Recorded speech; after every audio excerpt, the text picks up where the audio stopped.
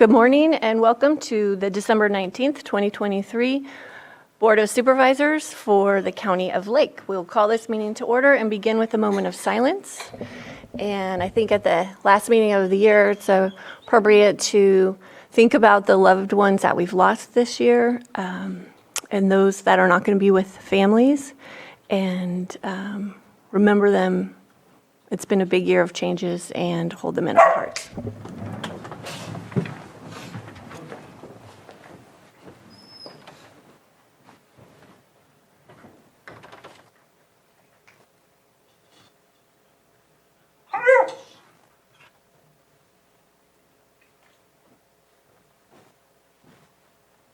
Wendy, would you like to lead us in pledge?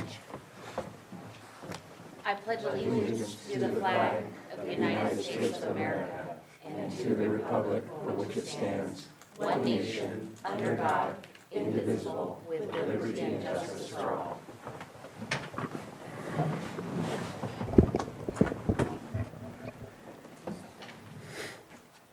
Do we have any extra items We do to not. consider? We do not.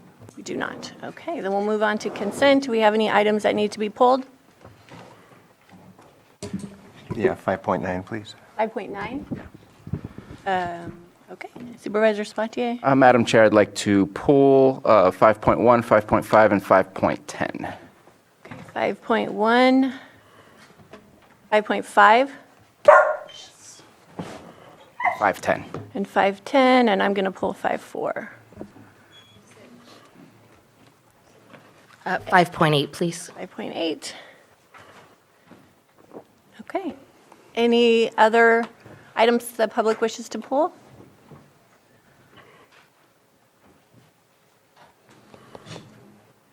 Not seeing any in Zoom, so I'll bring it back to the board for action. Madam Chair, I'll try to do this correctly. I move to approve the consent agenda with the exception of 5.1, 5.4, 5.5, 5.8, 5.9, and 5.10. Good. Second. All in favor? Aye. Opposed? Motion passes.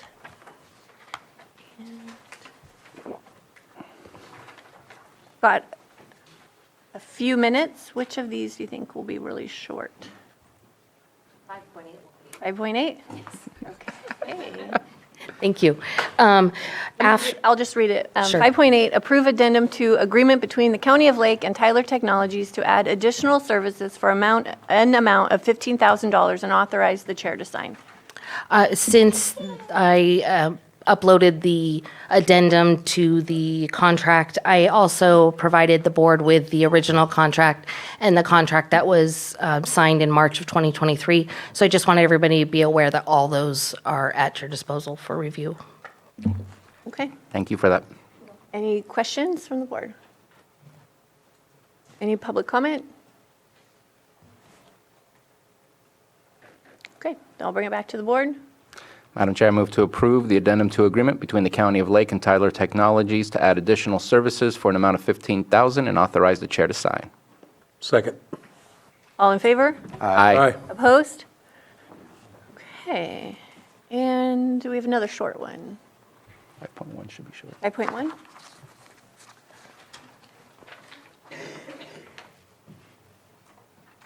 5.1? Approve the letter of support for the Konocti Fire Safe Council's wildfire prevention, education, and safety in the Soda Bay corridor communities and authorize the chair to sign, and pulled by Supervisor Sabatier. Thank you. So in reading this, I felt like it started with I and then eventually ended up with we. And since this is not a personal letter, this is from the board, I don't mind it saying I am writing since it is signed by our chair, but I'm writing to express the Board of Supervisors' support for the grant application or something along those lines, just to show from the very beginning that it's support from the entire board rather than having to get to what I believe is somewhat to the second to last paragraph where we see that. Terry? This letter was submitted. Right, it was submitted from the Konocti Fire Safe Council, but we can make those changes. I'm sure they'll be fine with it. Okay. Any other comments? Great. I disagree with the change because it is coming from us, so yeah, I think that first sentence can be changed today. Doesn't change the substance. Any public comment? Seeing none, okay, I'll bring it back to the board. Madam Chair, I move to approve the letter of support for the Canocti Fire Safe Council's wildfire prevention education and safety in the Soda Bay corridor communities and authorize the chair to sign as amended. Second. All in favor? Aye. Opposed? Okay, motion passes, and it is 9:06 a.m.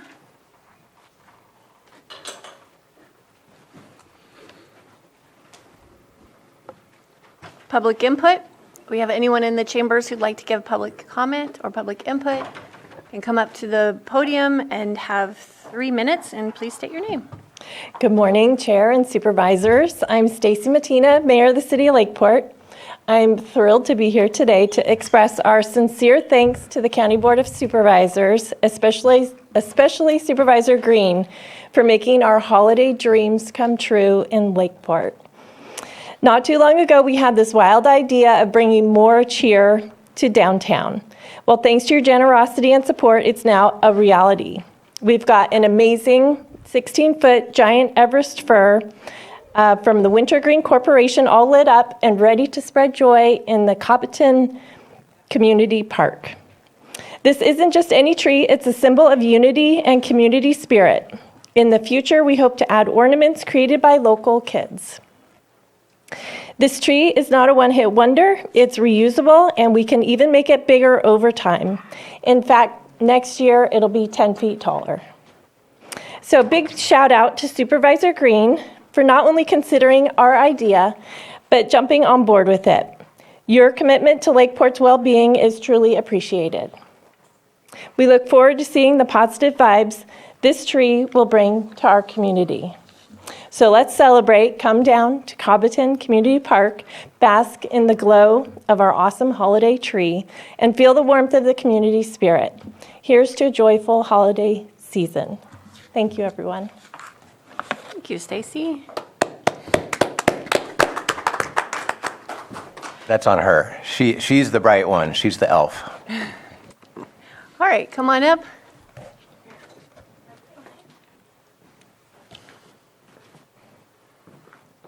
Hello, my name is Justin Quayle.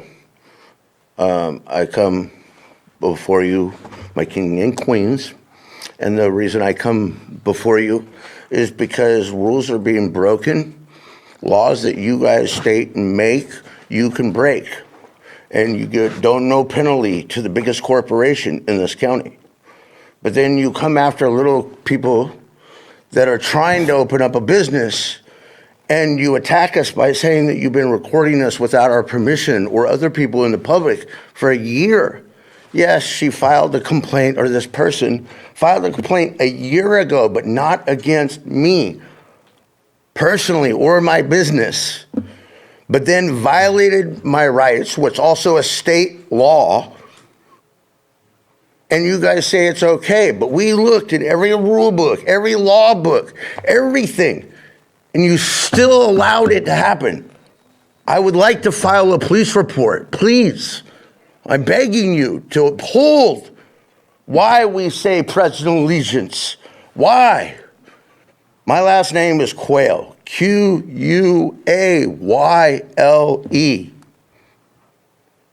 My heritage, yes, was disabled. If you look into any presidents or vice presidents, people with disabilities have an act of protection. And it feels like this county is kind of taking advantage of people. And it needs to be brought forth, and we need a maybe. I know I've been arrested for cannabis many, many times. I've been to prison for violating those rules and regulations. But now that it's legal, we should also have the right to uphold our county to the same rules and regulations. If these people are violating those rules, they need to go to jail. They need to be prosecuted. There needs to be an investigation. Let's get the crime and where it starts from. Why is there a true consent law if you guys are allowed to break it when you feel like it? Why? Why is there no protection for people that have no money because we pay taxes on stuff that got raided and taken? because the county lost a project. We paid the early activation fee. We have a receipt, but Maria or whatever the new person is, oh, I wasn't there. I don't know anything about that. We bring people in that call us and say to the county and step down, Scott, but he doesn't remember. I don't recall, but I remember you speaking up, but I don't recall. But we have email threads of that conversation. Your time is up. Thank you. Okay. Well, if somebody can't remember, they should probably step down from their position when they have phone calls with people. Thank you. Filing complaints with you guys doesn't help. We need to take it to the state. Thank you.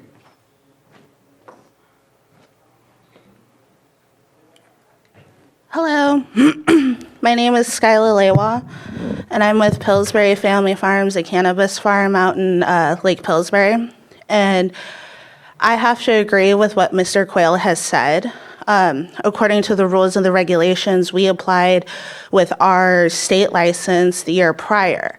And we have been in it for a long time, and we were at a state delay, but our crop ended up get taken. But there is a rule within your cannabis ordinance that allows for the county to say, hey, we're not going to take your crop. We are going to work with you, and we're not going to penalize you guys for that. But we were penalized for it.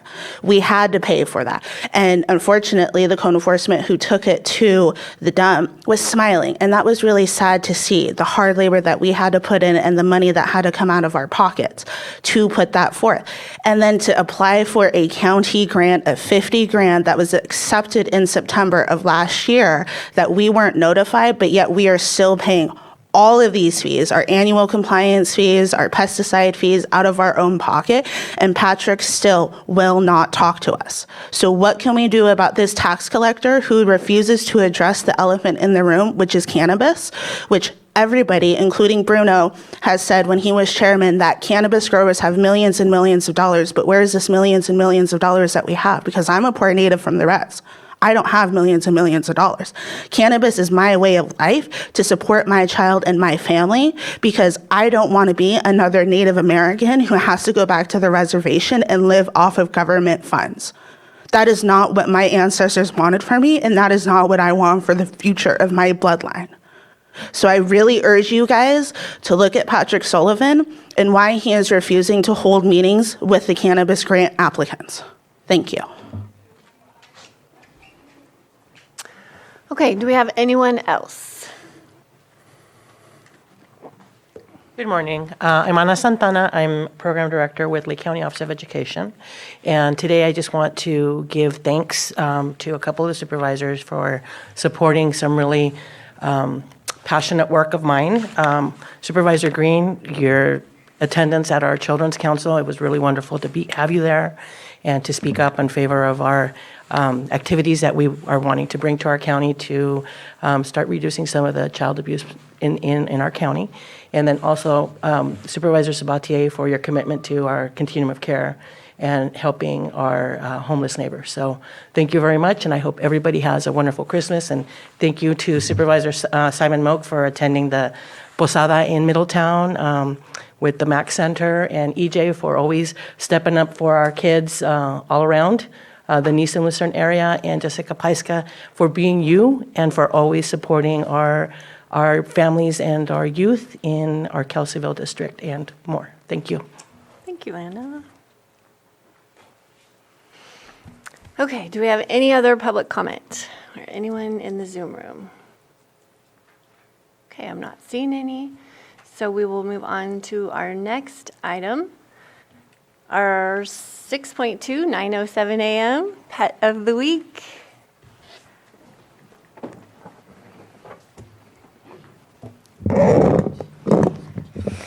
Hi, I'm Officer Copus with Lake County Animal Care Control. Today I have brought Holly. She's about a year old. We think she might be an Aussie mix. She came to us with a broken leg. We were able to get her into the vet, and they were able to put pins and a plate in her leg to keep her moving. And she acts like nothing's happened to her, and she's been super sweet this whole time that we've had her. She's also, I believe, available for adoption, along with a bunch of our other animals that would love to have homes for Christmas. If you'd like to see her and all of our other animals, please come over to 4949 Hellbrush Drive or give us a call at 707-263-0278.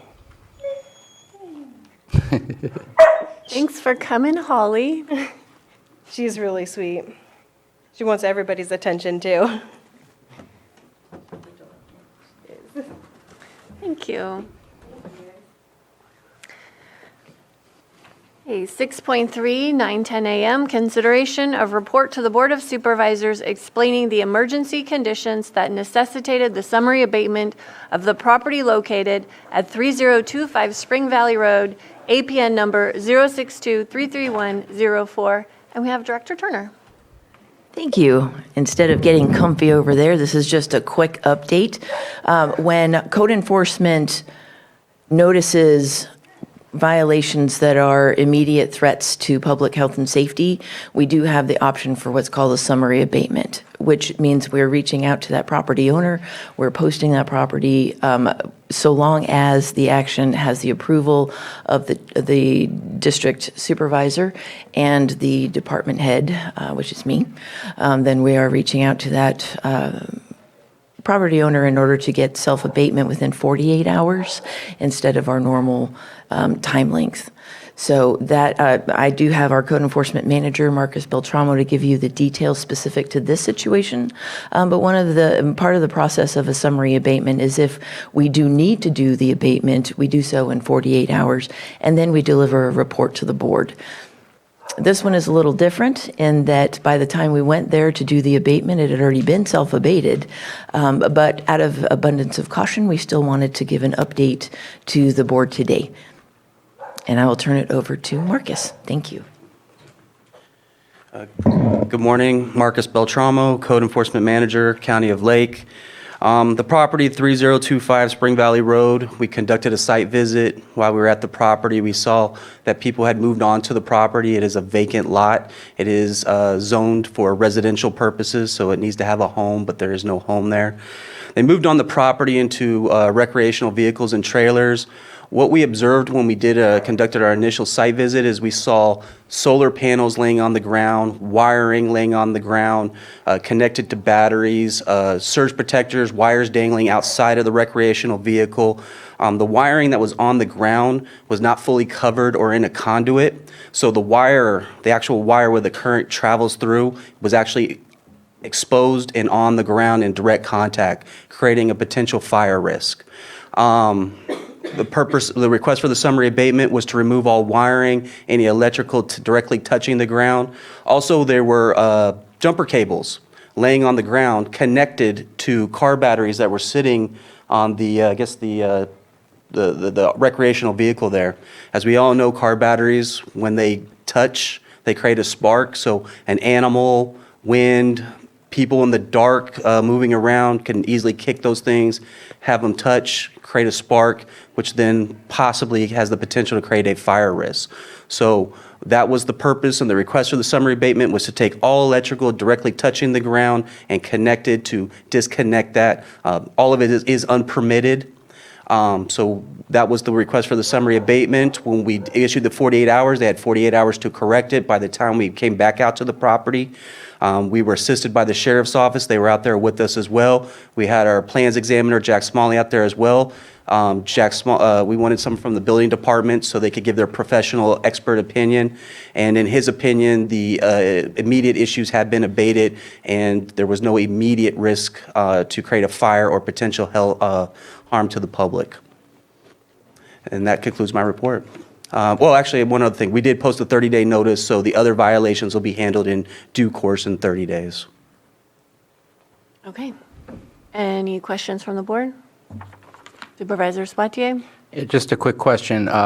The individuals in the RV, from what I understand, are the owners of the property? That's correct. They purchased the property, I believe, in July of this year. Their statements to us was they felt that Lake County was a place where you could just move on to a property as soon as you purchased it and just live on it how you however you please. We explained to them and educated them that there is land use regulations in this county and how you can use certain properties. So we educated them to that issue. And just want to kind of correct in the sense that you gave us the presentation by saying persons moved into, your memo said persons. I think it's good to identify that you're speaking with the property owners, just because I think it's good to know that you spoke with the property owners.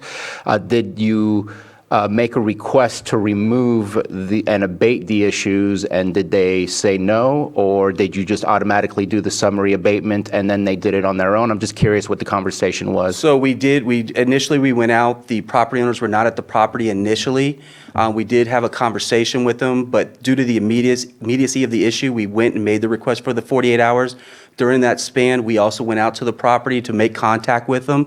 So when we went back to post the 48-hour notice, that's when we had a direct conversation with them. That's when our officer informed them of what they needed to do to bring the situation or to abate the immediate issues.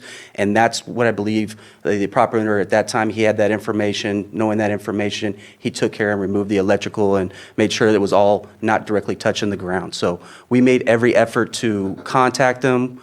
We did contact them and let them know before we actually came out and did any abatements what they needed to do. They had the weekend to do that. I believe it was on a Friday we posted the notice. We came back that Monday and they had abated the issue. So we did have those conversations. We did post all the appropriate notices, and we did make all the parties aware. Okay. I will just state that overall appreciate the work that you do in cleaning up communities. That goes without saying. But it is one of the cleanest issues I've ever seen that you brought to us. Granted, there is a potential risk hazard to it. But I fear that I'm uneasy as to our definition of emergency situation. There's others that I've seen you bring to us that have not been summary abatements that I'm wondering why did that not meet it, and I'd love to have a further conversation to better understand what the county council's suggestion of those definitions and requirements are for that. And I just want to add one other thing. We did work in consultation with our building official. So our building official did review it. He gave his opinion that it was an immediate issue. We reached out to the board supervisor for that area. He concurred. We reached out to county council. They concurred. But as I've spoken before, you have a maturing and evolving code enforcement issue. And as we start to understand these issues, and again, we have to use the reasonable person theory. The immediate issues in one county may not be an immediate issue in this county, but due to the fire, the issues that are created, the sensitivity to those fire risks, direct wire being exposed on the ground, jumper cables having a current go through them, we felt this was immediate enough that we needed to act. If we overstepped our bounds or we need to look at our processes a little better, we can review that. But I believe in this case we were justified, and I believe the issues were self-abated, so we didn't actually have to do any work or be involved. They took care of it voluntarily. But I would say as we evolve, we start to understand these issues greater and the potential harm that can be created through the issues that we face on a daily basis. Summary abatements the request for those might be coming forward more frequently. And again, not saying that any fault was made on your end or code enforcement. I just don't know what the definition specifically, and I need to better understand to look at these things and be able to say 100% this is within the realm or borderline or overreach, and I'm not sure where it goes. We will be happy to have that conversation with you at your convenience. Typically, summary abatement gets vetted through first code enforcement staff. We also bring in our chief building official who applies the building codes to the situation to see if we have immediate dangers. We then reach out to that district supervisor. And so it's important that each supervisor knows in the future when we come to you with a summary abatement request for your approval, it has been vetted through staff. And it is deemed an emergency. This is similar to the summary abatement that we did a few months ago in that it was unpermitted electrical, which in our county is pretty darn dangerous. And so we made that summary abatement request in the effort to sort of help the property owner understand the gravity of the situation and not go through the normal more prolonged abatement process. But come by any time. We're happy to talk to you about what does constitute or what does come to that level that we are reaching out to that supervisor directly for that request. I would like to address the standard for a summary abatement. It's left to be general and broad, so it can be applied to pretty much any immediate situation. So it's imminent risk of life, effect to the general welfare of the public, health and safety, anything that's an imminent, immediate risk. In this case, we deem that that's what occurred here. Supervisor Green? Yeah. Thank you for bringing this item. Certainly supportive of the actions taken. And I may take a side conversation too, or maybe we would come to the board. To me, it was like when there's imminent danger, right? And then we put a 48-hour notice on that. That seems like the kinder, gentler summary abatement to me. And I think we probably need that level of nuance in addressing these various situations. If flames aren't coming off the property, then some balance of due process and property rights versus the actual imminent danger. But a summary abatement is distinguishable from your garden variety abatement. So, yeah, I'll take that side discussion later, and we'll talk about the nuance of a 48-hour notice. Because to me, if it's imminent enough to do the summary abatement, in this particular instance, I don't know that I would have necessarily given the 48 hours. Like if they're getting ready to fry themselves with bad electronics, I would have at least suggested more immediate action, but I'm not going to do a deep dive into our code, and I'm not hoping to handcuff anybody, because you do need that nuance. You do need that flexibility to balance the public safety and the property rights of the people affected. So. Supervisor Crandall? Yeah, no, thank you for reaching out to me about it. I had people in the community reach out to me about the same situation, and I know that Lloyd, you signed off on it as well. So, I mean, if I sign it off and Lloyd signs off on it, I don't think there's really an issue. It's in my district, so thank you. It was fortunate that this was self-abated, which is what we always strive for. Are they still living on the property? Yes, they are. And we're working on that. Okay. Thank you. Do we have any public comment? No one in the Zoom room? All right, so this is a presentation? No action is required by the board. Okay. Thank you so much. Thank you. I do have another question. One more question. For County Council, if it's self-abated in compliance within the 48 hours, is there a requirement for these items to be brought to us? Yeah, Lake County Code, Section 5-42, outlines it in general terms where the Director of Community Development provides a report to the Board of Supervisors at the next scheduled meeting, explaining the emergency conditions that led up to the summary abatement. In this particular instance, somewhat of a unique circumstance, there was a summary abatement notice, that 48-hour notice that was posted, which was subsequently self-abated by the owner. So that can be construed as part of the abatement process by which the reporting would apply then under that code section. Okay. Okay, thank you. Thanks.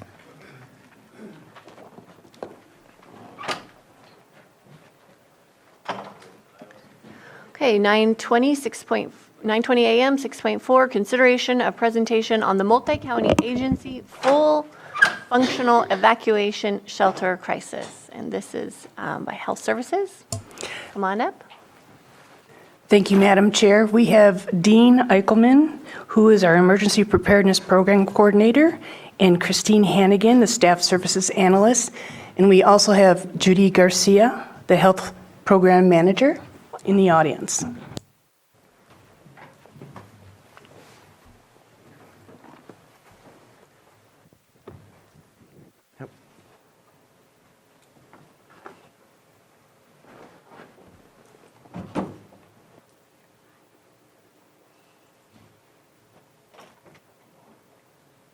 All right. Good morning. Thank you for the introduction. So yes, Dean Eichelman with the Health Services Department. I'm the Emergency Preparedness Coordinator and joined here with Christine. Good morning. I'm Christine Hannigan. I am a Staff Services Analyst with the Emergency Preparedness Program. Want to put the microphone in between you guys? Good morning. Christine Hannigan, a Staff Services Analyst with the Emergency Preparedness Program, and I've also recently taken over coordination of Lake County Medical Reserve Corps. All right. Good morning. So thank you for giving us the opportunity to present on this exercise that we did on December 6th at Twin Pine Event Center. So we oversee a variety of different emergency preparedness grants within our department, and one of our grant deliverables for this year was to coordinate a full functional exercise with our Lake County Medical Reserve Corps. So I'll go to the next slide here, and we'll give you an overview on the MRC.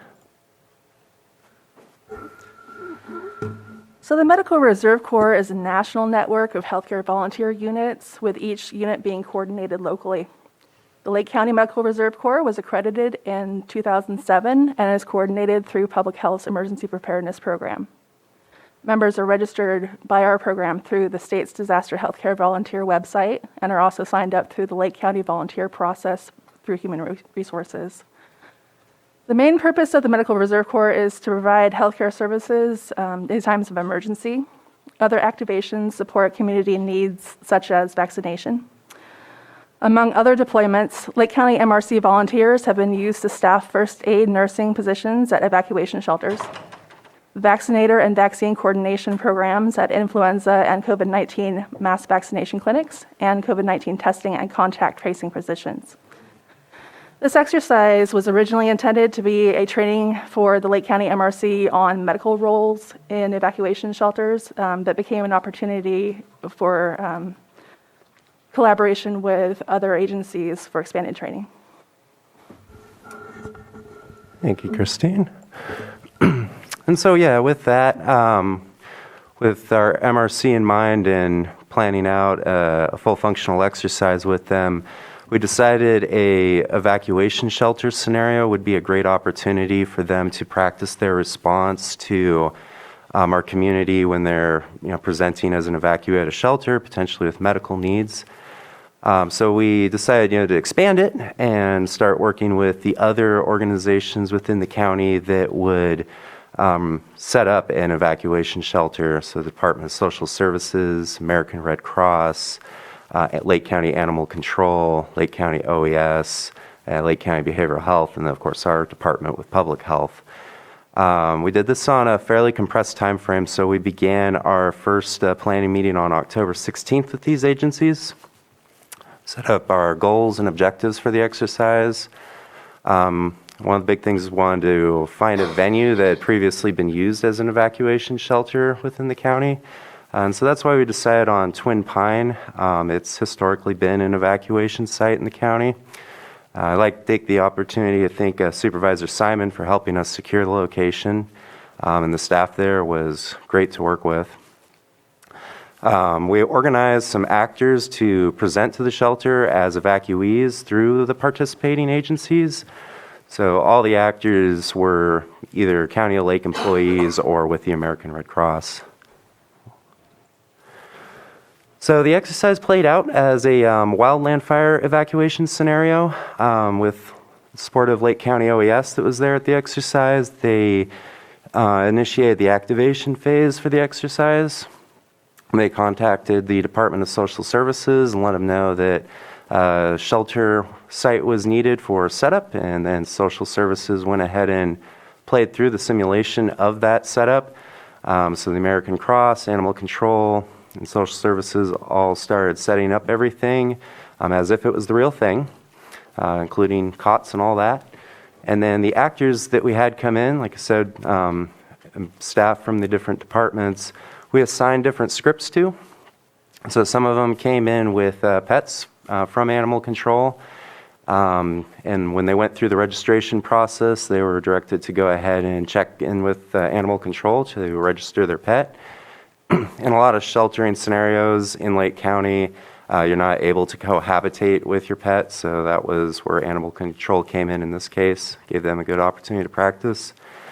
Some of the actors came in with behavioral health needs, so behavioral health staff were able to practice through conducting their assessments.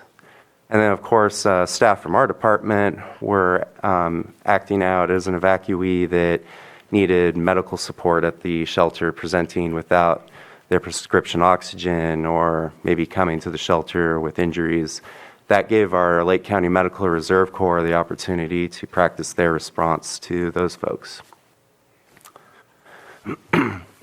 So overall, we felt the exercise was very successful. Definitely allowed us the opportunity to understand our expectations with all these agencies going into the next type of scenario where an evacuation shelter would be needed in the county. Opportunity to practice together in a controlled environment. That's really big. A lot of these things just start and you have to go, set everything up. So this gave us that opportunity to connect with each other, build those relationships ahead of time. I want to say every department that we worked with to set this up was very supportive, had full buy-in. Most of these types of things can take over a year to plan. Because of that dedication and commitment, we were able to do this that quick. So, we came away with it with confidence to support our county, which is our number one goal in the event of a disaster. See on the slide here, the different participating agencies. We had 54 attendees, so really good turnout. Was Catholic Charities, did they participate? They did not, no. Only other thing here, we will be doing a after-action report on this, just to capture the things that we did well and our opportunities for improvement for future responses.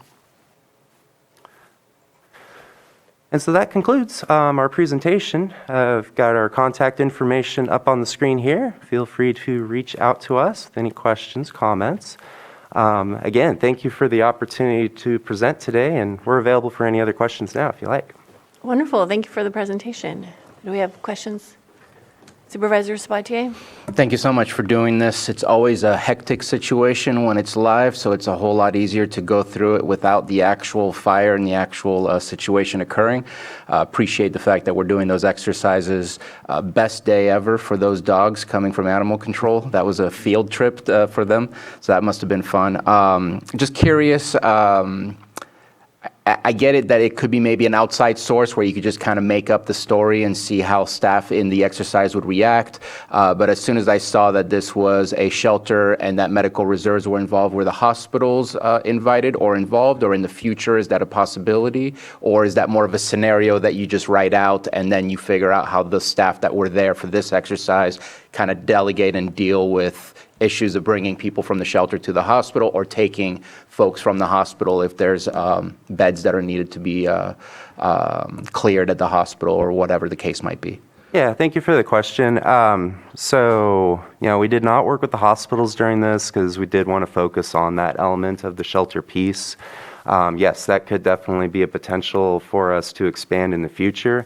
The main thing, and this is a big part of the Lake County Medical Reserve Corps, is to care for people in the shelter if at all possible, because that's our goal. We're trying to reduce that burden on the hospital and hopefully not send them there. So that was the focus for this one.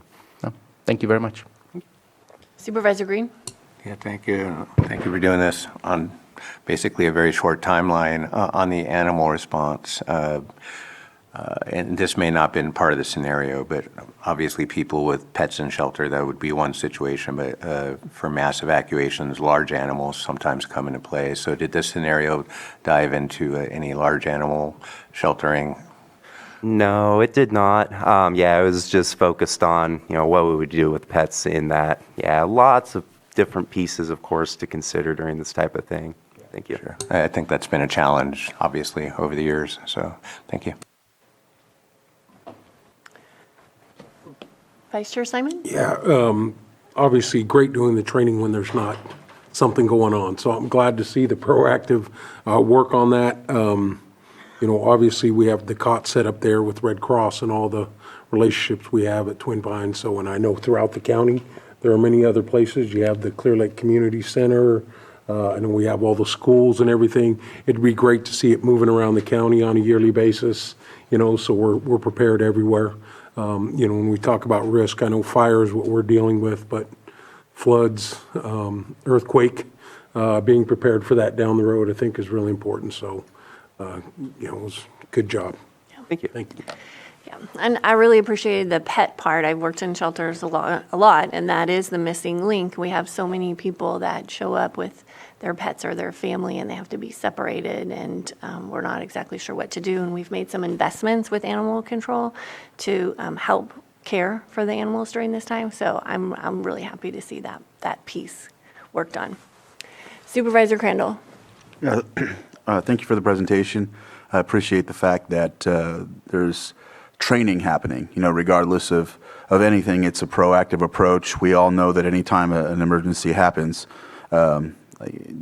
things can go a different way, but the fact that you're training and making those relationships gives you all the opportunity to kind of adjust as needed, whereas when we don't, you're just like kind of learning like we have in the past, right? And so this is really helpful. Thanks. Great. Thank you. Do we have any comments from the public? Anyone in the chambers or the Zoom room? Okay, we've got one hand. Betsy, can you go ahead and unmute, state your name? Thank you, Madam Chair. Betsy Kahn for the Essential Public Information Center and the Lake County COAD, the community organizations active in disasters. When you asked the question about whether Catholic Charities had been involved, that's a missing link. There are three things that I think would be helpful to address. First of all, how did you simulate the call to action? We have many instances where our telephone and internet services go down. In fact, this board postponed its December 5th meeting because of a blanket internet outage so that they could include the rest of the public. This is a constant problem. We try to make up for that with radio broadcasts from KPFZ, but of course we're not an official outlet for the Sheriff's Office or Emergency Services. So I'd like to see you include communication testing and then, the use of the COAD network, which includes the Red Cross. So thank you very much. Thank you. Thank you. Okay. Any other public comment? All right, then we'll bring it back for any final comments. Just appreciate as proactive as we can possibly be at all times. So thank you for this work. And thank you to all the partners that did participate. All right. Thank you very much. Thank you.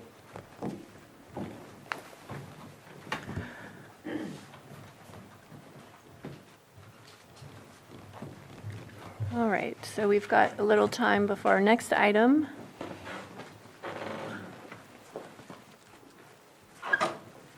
And just start going through these pulled items so we can go to 5.4, approve letter regarding termination of Blue Shield contract with Adventist Health and authorize the chair to sign. And I pulled this, I think it warrants a discussion rather than being put on consent. Okay. So, as you're aware, on December 1st, Blue Shield and Adventist Health terminated their contract, leaving some folks who are covered by Blue Shield to find health care in other facilities. And there has been no solution yet at this moment in time. Just talked to the CEO of Adventist Health on Sunday to let me know that nothing has been set. They're hoping that they can still find a solution, but nothing has been settled. Okay. Any comments from the board? I think the only comment, I'd like to make is, instead of demand, I don't know how we can demand Adventist Health and Blue Shield to talk together. So we request? Yeah, something, just a word change there of some kind, because it does affect our community members. There are a lot of folks with Blue Shield, you're always trying to get the best bang for your buck, and you're changing from Blue Cross to Blue Shield, or, we can't get Kaiser to come over the mountain anyway. But other complaints, I guess, along it. But, I think we have a good working relationship with Adventist Health through the continuum of care, all the work they're doing here in the county. And, for me, I would, yeah, we want a deal to get done also. I know we had a close call too with Blue Cross, I think a year and a half ago.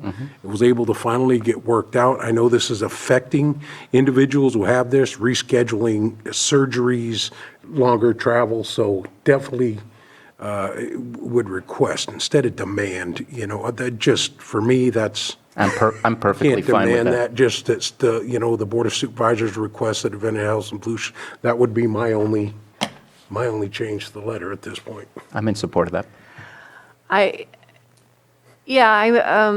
have some concerns because while it does affect our residents, it is outside of our purview, and I wouldn't want to make anything worse between the two partners in negotiation. So I think demanding is a hard letter or a hard word.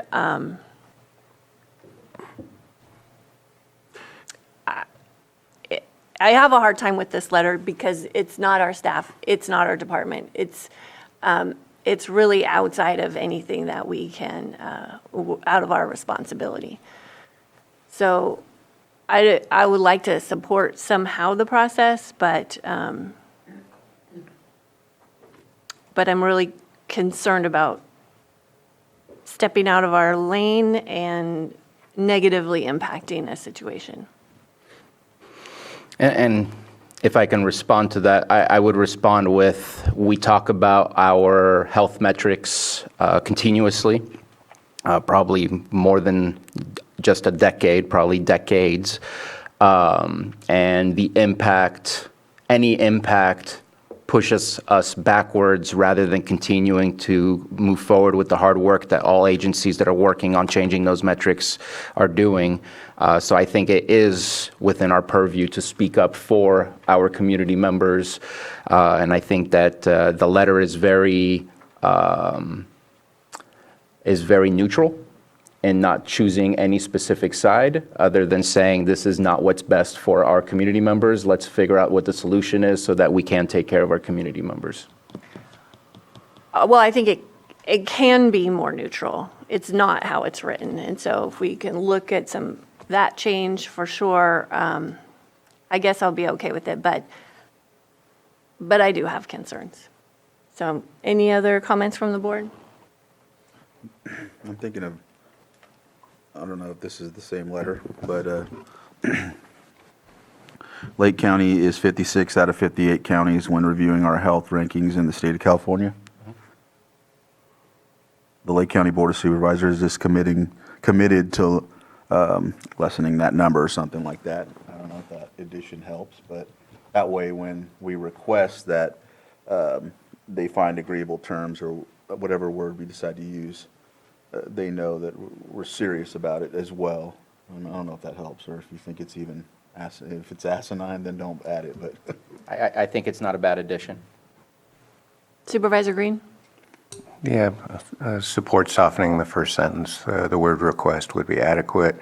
Beyond that, I'm feeling at a loss just because I seem to be the last one to know this has actually happened. So one question, Blue Shield doesn't represent a large portion of the health coverage. So to the extent we do want to stick our nose into this issue, how big is this loss? How big is this loss? How many people are affected by this? It would be one question. I do not have an exact number. But what I do know is it's not the majority, since we know 51% of our community has Medi-Cal. So hence the sentence that I used. Does this affect county at all? We're not Blue Shield? No, sir. Thank you. Okay, do we have any members of the public who wish to comment on this item?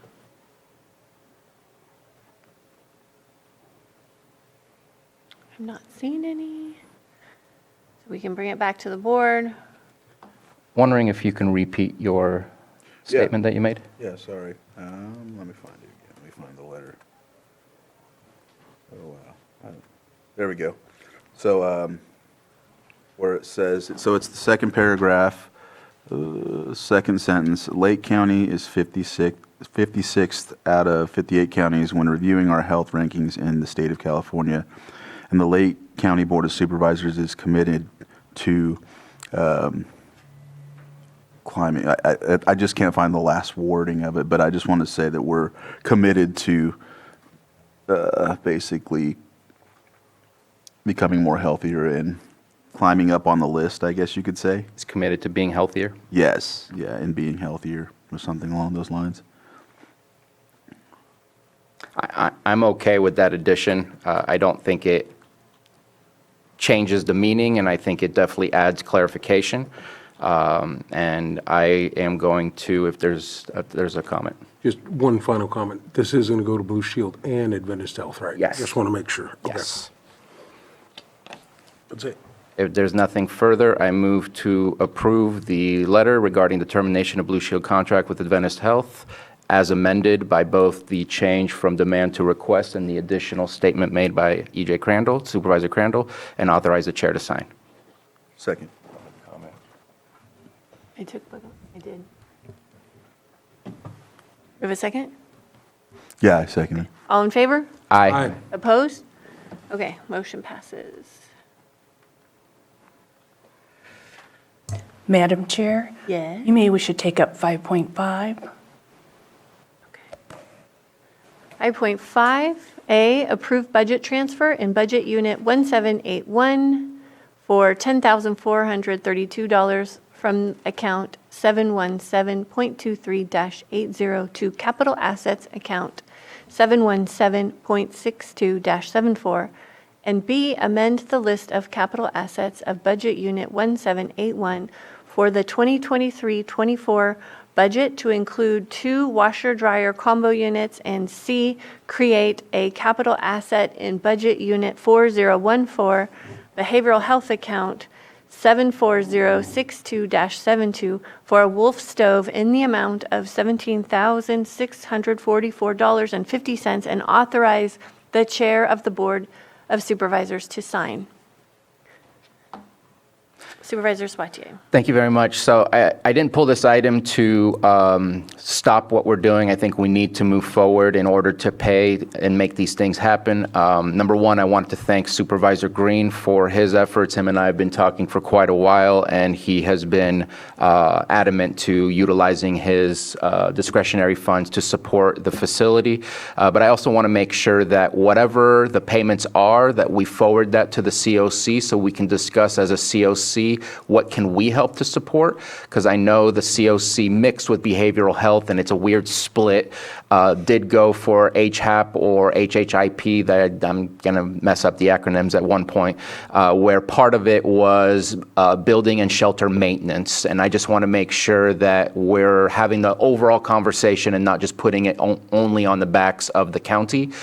This shelter would not be run as a shelter. It would be a juvenile hall that's basically vacant / the offices still working if it wasn't for the work that has been done between the county and the COC. And I just love to make sure we have that overall conversation to see what may be approved or not approved by the COC to say, yes, this is something that we should and can cover.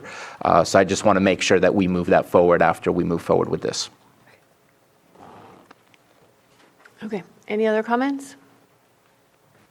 Supervisor Green? Just a question, since we have people here, and I appreciate it. To my understanding, this item is basically focused on creating the capital assets of things and not approving the dollars that are paying for it. So my only question was, because I know the Wolf stove wasn't going to be dipping into my discretionary funds, that we got that funded either through COC, whether through some other,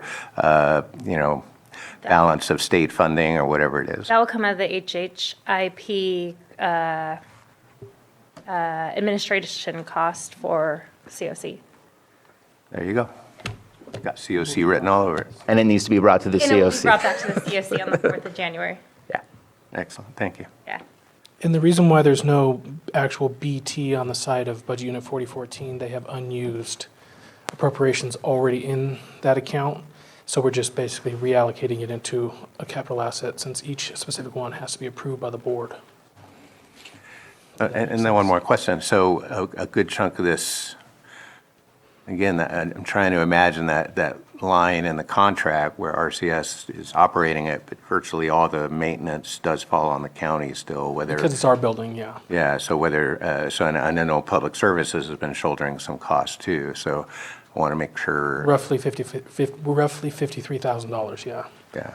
25 of it will be covered by your discretionary funds, which is the washer and dryer, 2 sets of washer and dryers, and then about 11,000 of the invoices for changing out the door handles, and for 4,400 for Marvin's Gardens doing work around the property, and 17,000 will be paid by behavioral health / COC. And we're going to have a conversation with Lars with the remaining amount and moving forward on the split. Excellent. But I have talked to him that something will be coming back at mid-year with the determination of what we would like to present to your board for consideration. We also have other grant funding coming down. We're waiting for the approval from the state to put into. We have, behavioral health has a grant that is also, that we've received, that we can put more money towards the infrastructure of the juvenile hall as well. We're just waiting for the approval from the state to allocate that funding towards that. Nice. The Appreciate it. behavioral health. Bridge housing grant, yeah, thanks. I have too many grants. So yeah, that, we're waiting for the approval from the state to reallocate that funding towards the infrastructure of that building. Excellent. Appreciate everyone's hard work on it. So we're taking care of the emergency things now. That hopefully will take care of a lot more after. A lot more, yeah.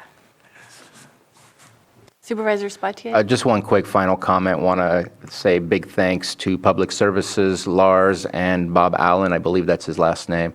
I know that I've been out there a couple times with them, and just they've been on top of it, getting those things resolved and fixed so that we can continue to provide the service that's out there. So just want to make sure and say thanks. Absolutely. Public Services is doing a wonderful job out there. There still is at least about $10,000 left on their punch list, but I'm sure there'll be more punch lists as we go. Okay. Any public comment on this item?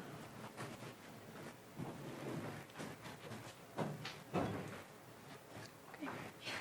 All right, I'll close public comment and bring it back to the board. Can this be done as a single motion? Given that there are 3 distinct actions, it would probably have to be 3 separate motions for each item. You want me to take those? You pulled it. Move to approve the budget transfer in Budget Unit 1781 for $10,432 from account 717.23-80 to capital asset account 717.62-74. Second. All in favor? Aye. Opposed?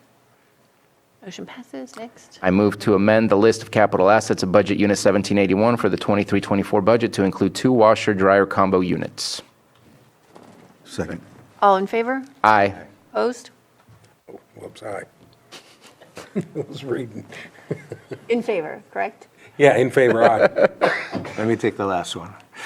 Move to create a capital asset in Budget Unit 4014, Behavioral Health, account 740.62-72 for a Wolf stove in the amount of $17,644.50 and authorize the Chair of the Board of Supervisors to sign. Second. All in favor? Aye. Opposed? Motion passes. Seconds here to 10 o'clock.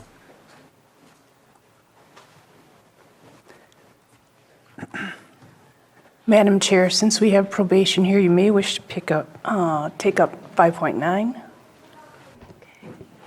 I hope it's a quick one. 5.9, approve the letter of opposition to AB 702, which proposes changes to the Juvenile Justice Crime Prevention Act and local juvenile justice coordinating councils, and authorize the chair to sign. Probation. 5.9.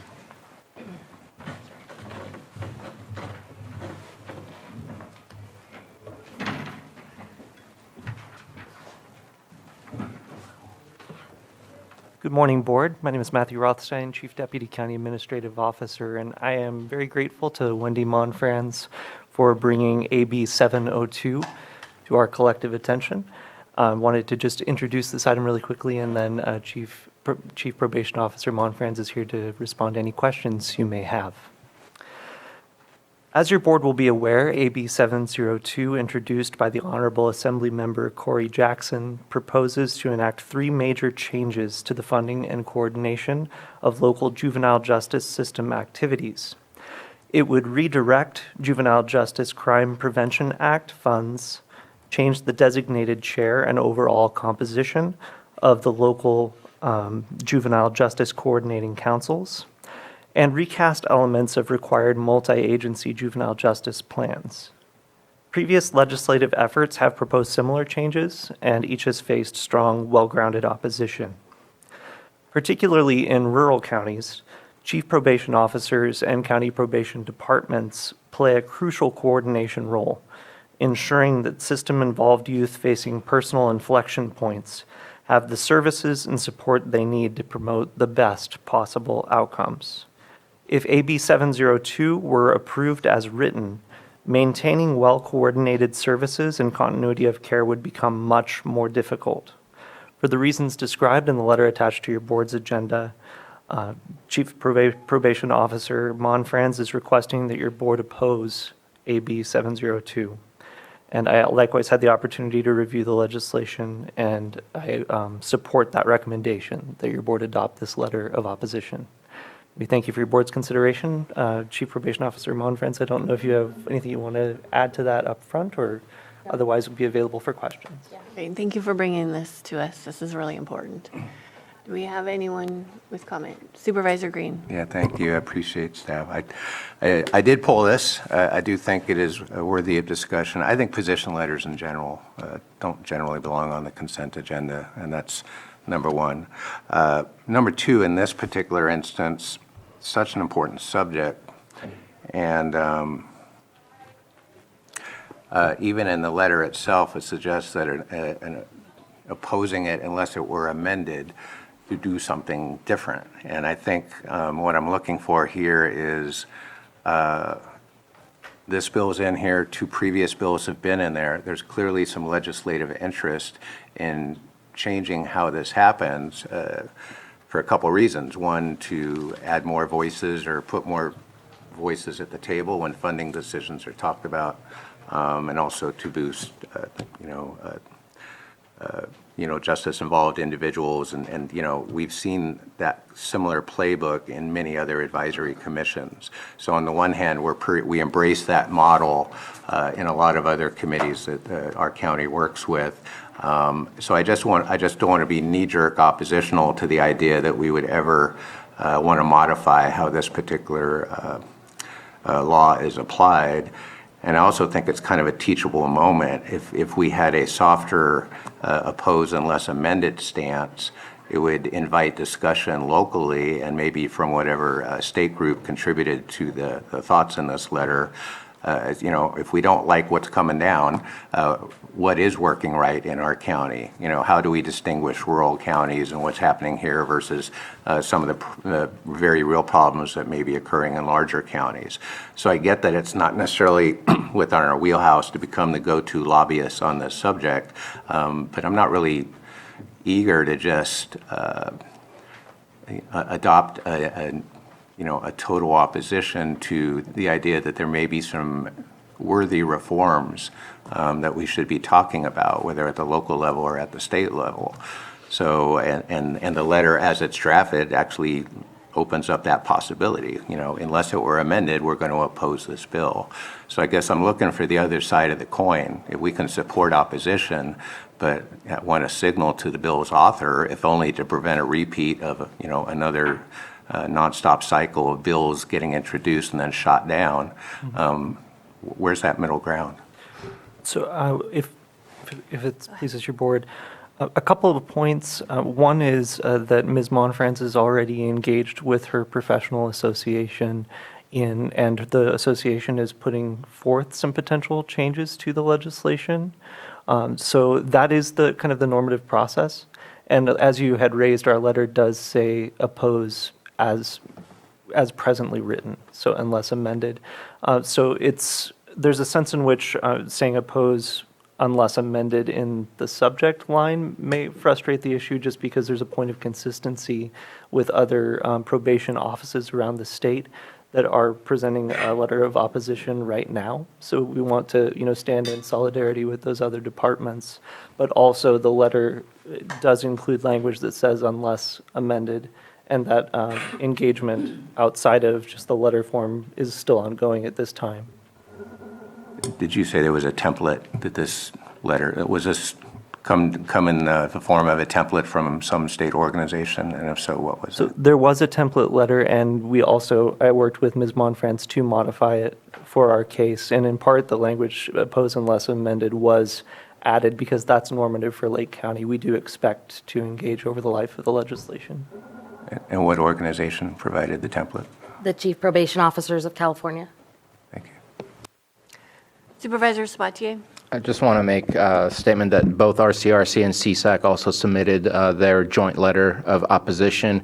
And to me, this is not saying that there's a problem and we don't like that solution. We're saying we want to keep local control on local government, not allowing nonprofits to suddenly take those funds and possibly not meet the same criteria that we're expected to meet, or maybe not having the same level of access to the county the way we do, because not all nonprofits are based solely in Lake County that might have access to these funds. I just think it's a local control, in my opinion, versus handing it out to someone else to do the job that we're already doing. So in full support of moving forward with this letter. And thank you for your time in talking to me about this. Supervisor Green? Just to the latter point, no, it's not a local control issue at all. COC, we fund nonprofits through COC. We fund nonprofits through other social services program and BH programs. We can't have it both ways. We can't fund very worthy, important social programs, and we can't build capacity with our non-governmental organizations if we don't put funds out there. So if we're going to have local control, let's have it across all our very important social programs, and let's not mix and match. Chief Monfrance? Yes. Just to be clear, the funding that we gain from this does fund some nonprofits or partnering agencies. Our Family Wrap program with the Lake County Office of Education is one that's used every day for kids and families. It is funded through this source. The plan that's under 510 describes fully all of the services we use, and we contract with several agencies. They're not all just in-house programs, but this bill would require probation to take their hands out of everything. And that's what concerns us, because our probation staff are just amazing at connecting with kids and families and building relationships and helping change their lives. And that would take that possibility out from our kids and our families in this community. Supervisor Sabatier? And that's the difference to me, is this would be state control, where they're holding accountable those nonprofits. Now, we get to hold those nonprofits accountable for the contracts that we sign with them and set the expectations. And that's where I would like to keep it. I think I did public comment, didn't I? No. No. Okay. Do we have public comment on this item?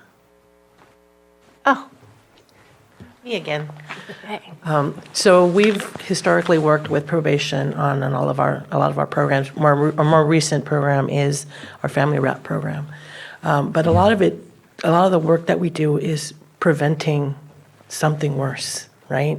We're getting kids right now when they're doing something, yes, it's against the law, but it's something minor that we could help the families get the resources they need and get these kids back on the right track so it doesn't lead to something worse, right? And this is where we're trying to break that cycle of the school to prison pipeline. We need to stop it now. These children are our future, and work that we do with probation is really important, not only to the families, but to the children themselves. And it would, I think, reduce a lot of cost across other systems, right, if we keep working the way we do now. Thank you. Thank you, Anna. Any other public comment?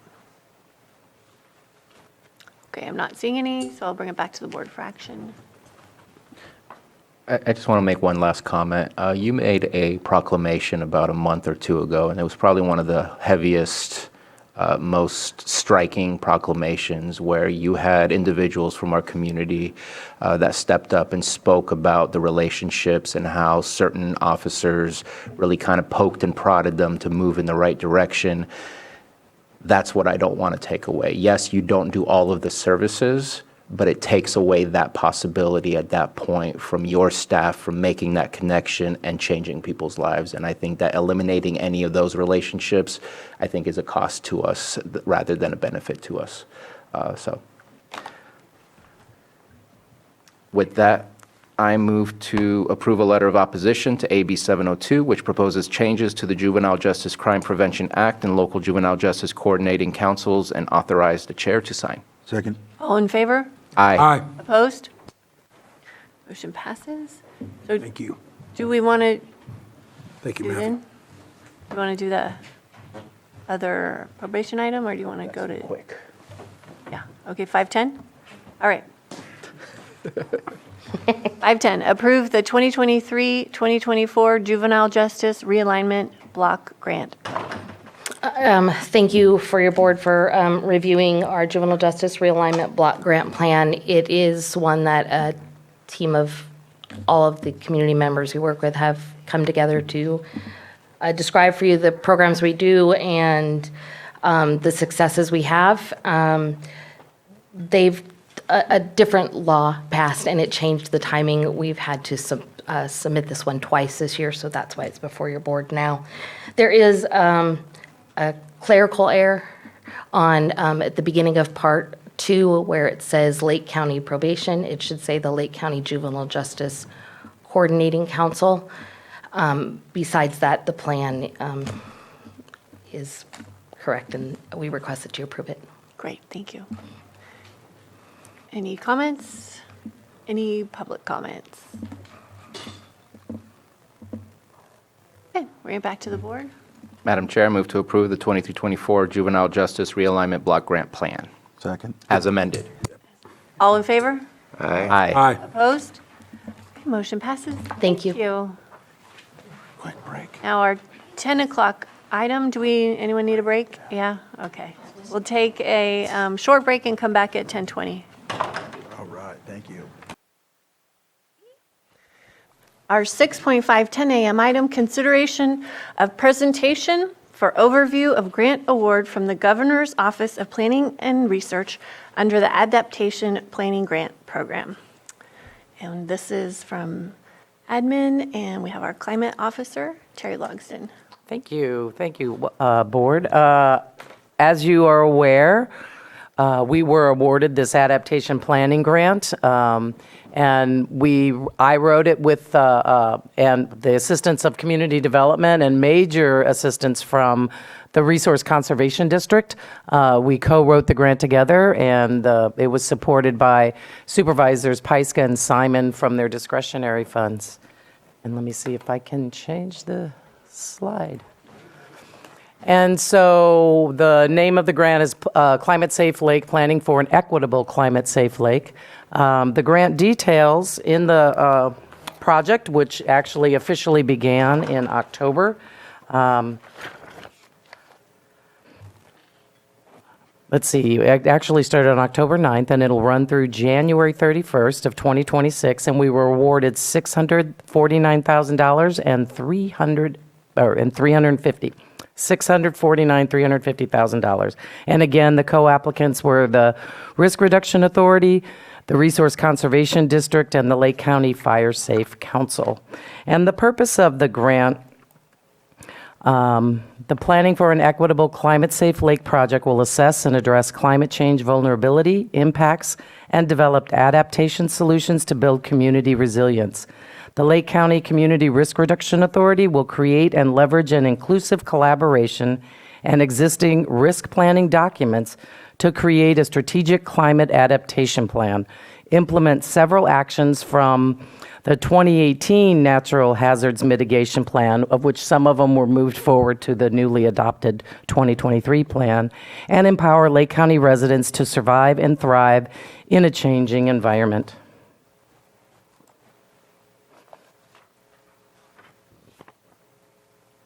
So objective one, to embed diversity, equity, and inclusion values and actions into the RRA membership. So not just the directors, but everyone who participates will be able to go through this. To ensure that all communities have equitable access and resources to manage and prepare for household-level climate-driven hazards. And so this objective one, the portion was $89,500. Objective, so again, the RRA JPA Collaborative will receive DEI and inclusion, diversity, equity, and inclusion training to ensure collaborative is all-inclusive and sensitive to parties previously underrepresented. Build and maintain the capacity of the RRA as an all-inclusive, cross-sector collaborative for addressing all climate change-related impacts by convening monthly meetings, widely distributing agendas, maintaining the RRA website and web pages for public transparency, consistent outreach to all partners, and supporting a program coordinator. Support the development of work plans for vulnerable communities, ensure alignment of community needs and priorities and equitable project outcomes, including co-benefits such as economic resilience, and collect and assess quantitative data to better understand social and physical climate risk, and that the RRA's projects and planning processes align with DEI inclusion goals. It's not just a task, DEI, but it should be embedded into everything that we do.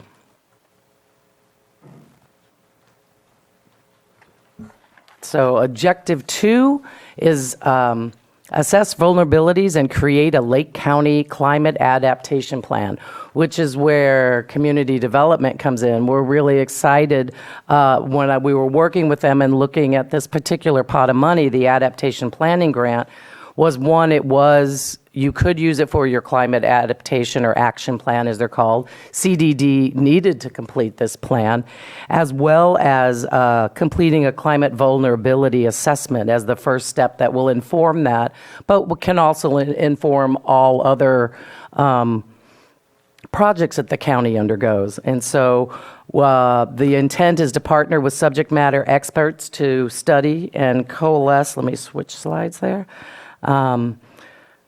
Subject matter experts to study and coalesce the numerous existing and recently updated community-based studies to begin the CAP, or the Climate Adaptation Plan Framework, leverage latest information from recent risk analysis and input from the RRA's new DEI-informed outreach and planning activities, develop framework and outline of CAP, and distribute for public comment, including hosting community workshops, write a complete draft. This funding doesn't require that the CAP be adopted by your board or finished, but to get to a final draft form, and advertisement of complete draft for public comment. And so for that objective, it was $250,000. And objective 3 was $196,900,000, implementation of HMP, or hazard mitigation plan actions. So again, number 2 is a comprehensive multi-hazard outreach program that will ascertain both broad and targeted educational needs throughout the community. The county will work with other agencies as appropriate to develop timely and consistent annual outreach messages in order to communicate the risk and vulnerability of natural hazards of concern to the community. Work on this task includes myself, RRA program coordinator, which this grant will fund, and the Lake County Fire Safe Council. And as you also know, today before your board was an application from OES with all the fire districts to also work on educated. So there's a concerted effort amongst all county departments and agencies and most of the nonprofits to really push to get the word out and to have a coordinated education around response, preparedness, and any climate-related disasters. So HMP number 13, the countywide evacuation plan, CDD, which we're really excited about.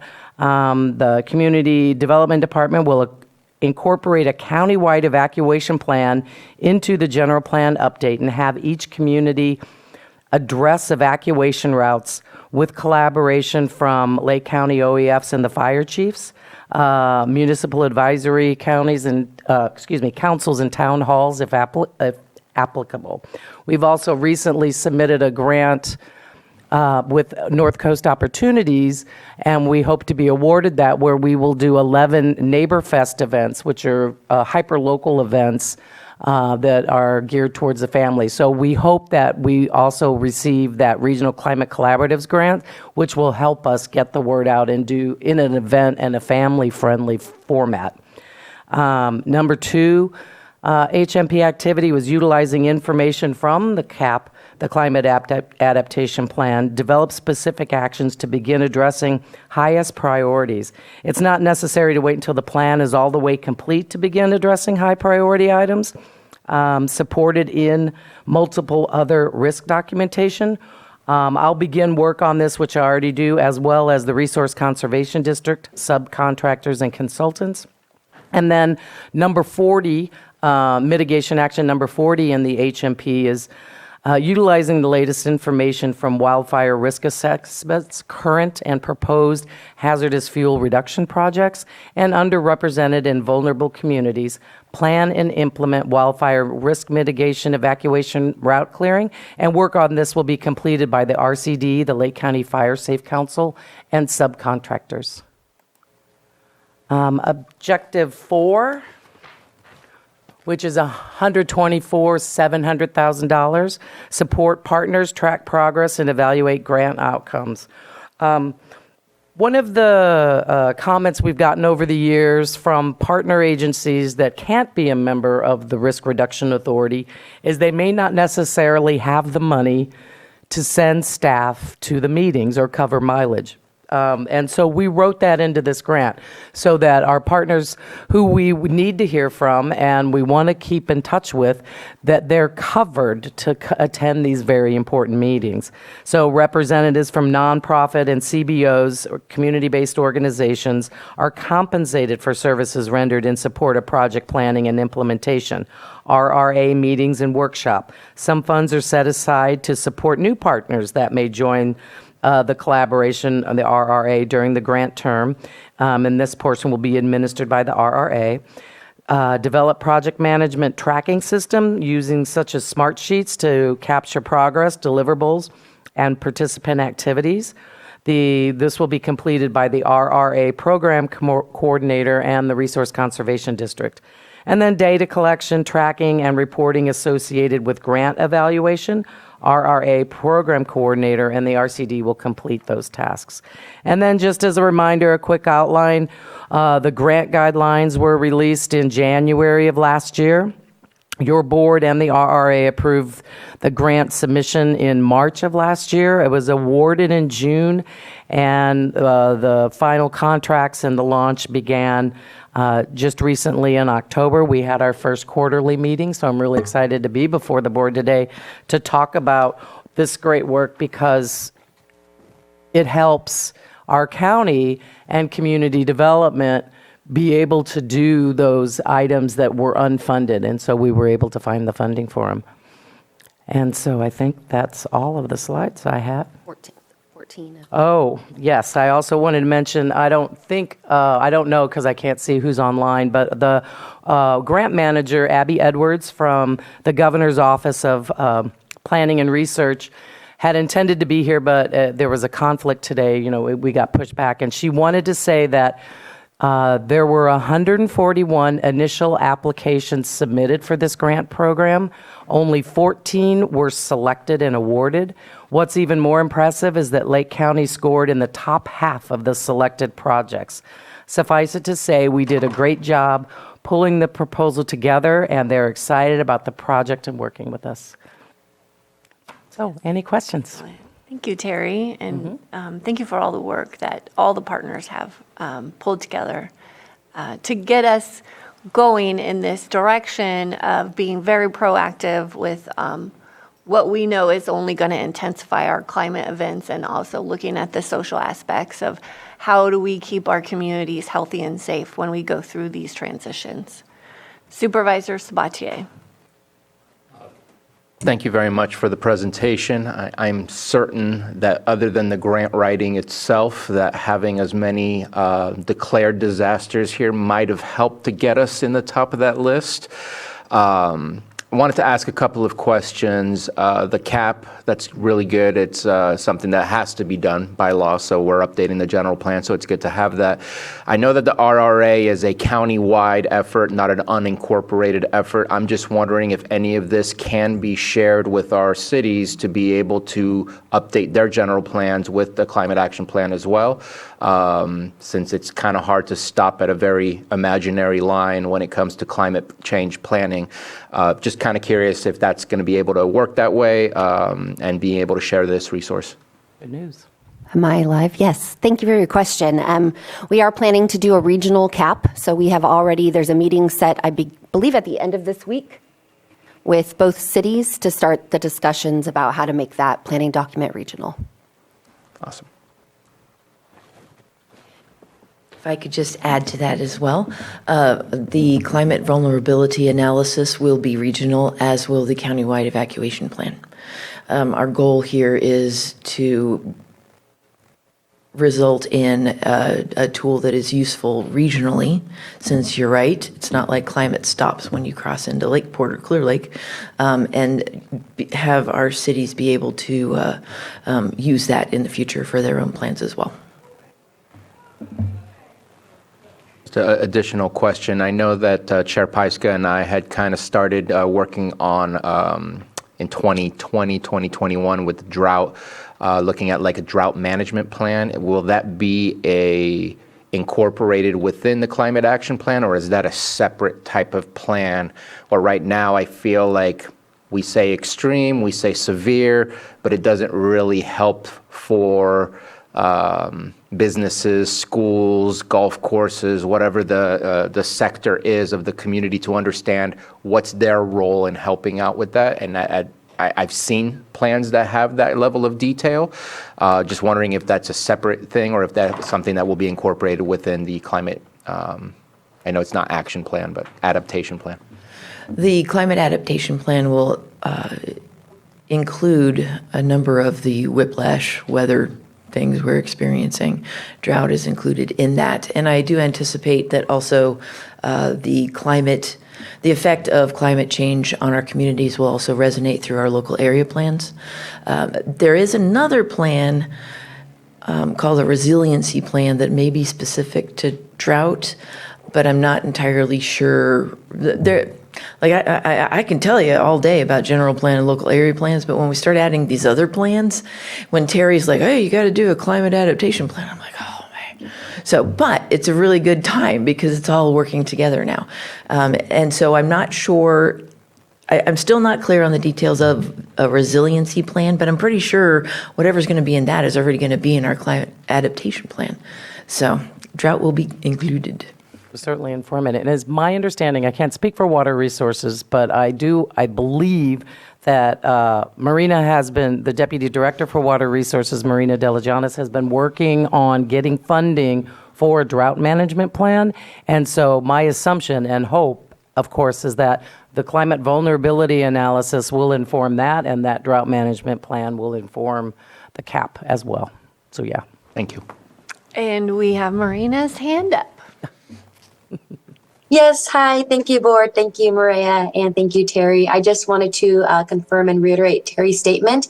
We are working on a drought resiliency plan. We're in the process of seeking funding and working directly with folks at the State Water Resource Control Board and DWR. There is available funding, so our department will be able to coordinate directly with Terry and Maria's department to ensure that both plans highlight and reiterate and confirm one another. So yes, lots of drought planning and discussions going on.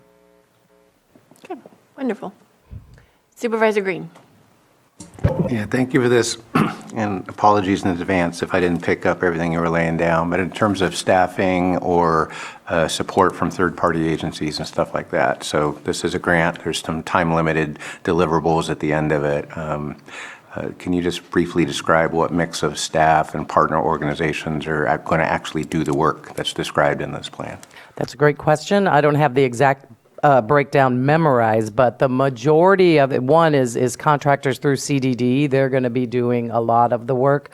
The RCD, as you may be aware, the RRA has a contract with the Risk Reduction Authority, has a contract with the Resource Conservation District to provide administrative services. This grant gives additional funding and time to make it more of a program coordinator support so they can do more work for the RRA and under this grant.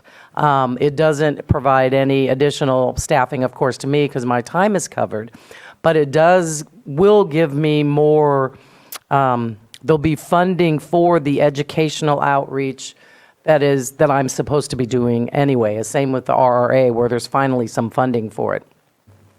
Additionally, I will submit a proposed amendment to the agreement with PlaceWorks, which is already doing our climate research right now for the general plan and local area plan, to add on the climate adaptation plan for that. I think indirect staff support for RCD, it sounded like, too. Mm-hmm. Okay.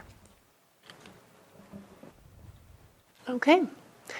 One last question. Okay. If I remember correctly, 2028 is our goal for finishing all of the updates to the area plan and general plan? The general plan must be certified by the state by 2028, but we actually have a 3-year plan, so we're trying to finish everything in 2027. Okay. Thank you. Just seeing where this fits into the grander scheme of all the colorful stuff you shared with us last time with your timeline. Okay, I will open it up for public comment. There was a hand up and it's gone down. Betsy, did you want to speak on this item? Okay, and I'm not seeing any. We'll go ahead and close public comment, and I really appreciate this presentation, and I'm so excited to get out ahead as much as we possibly can. We were in a reactive cycle, and we've gotten a couple of small breaks over the last couple of years. We still have had our emergencies and our disasters, but this has been a time to really engage with in the blue skies planning, which is what we've been needing to do for a long, long time. And so now the wheels are turning and the funding is in place, and I just can't express how excited I am to be a part of working with all of you and our partners. This is just a very, very optimistic time for me. So thank you so much. Thank you. I'm really excited about the countywide evacuation because of working on the Soda Bay corridor plan, which you had begun before I started, and to hear the feedback from the community and to hear, they're just so much more hopeful about the county and our ability to recover and be prepared because they're going to have an evacuation plan. And so to have that countywide, it's so much needed. Thank you. Did you want to add something else? Just thank you very much, all the hard work done by all the agencies. One thing falling together after the other. Obviously, the big grant, we're getting the climate resiliency officer through Cal OES, and just started everything falling down. I was going to do it in my calendars also. We are looking for an executive director. That position is being flown right now under RCD, but it will also be for the RRA. So that position, I think there's 2 positions. Fire Safe Council too. And the Fire Safe Council, but we're getting there. We're taking those small steps. But we've talked about a lot of times at this board having a plan together. And as we put the plans, gives us opportunities to really enhance those opportunities to get the funding to come through. And we're slowly but surely addressing all needs, and it's great that the RA has not only the county, but all the governments there, the tribes, the cities, everybody's sitting on board as we're moving forward with this. So thank you very much, Board of Supervisors, for that support there, and the admin office to keep it alive, because it got kind of tight there, but I think we're moving in the right direction, so thank you. Right, and all of this,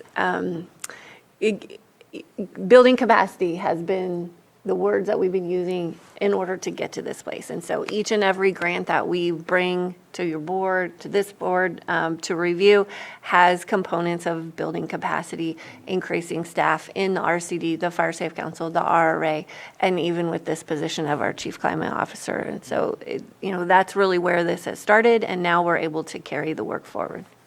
Thank you. Thank you. Thank you.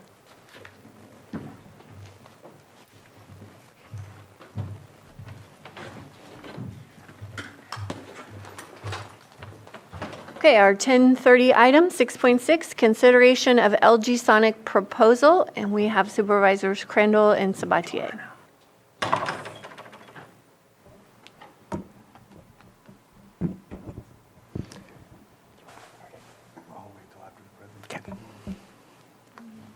So we're going to get a presentation up.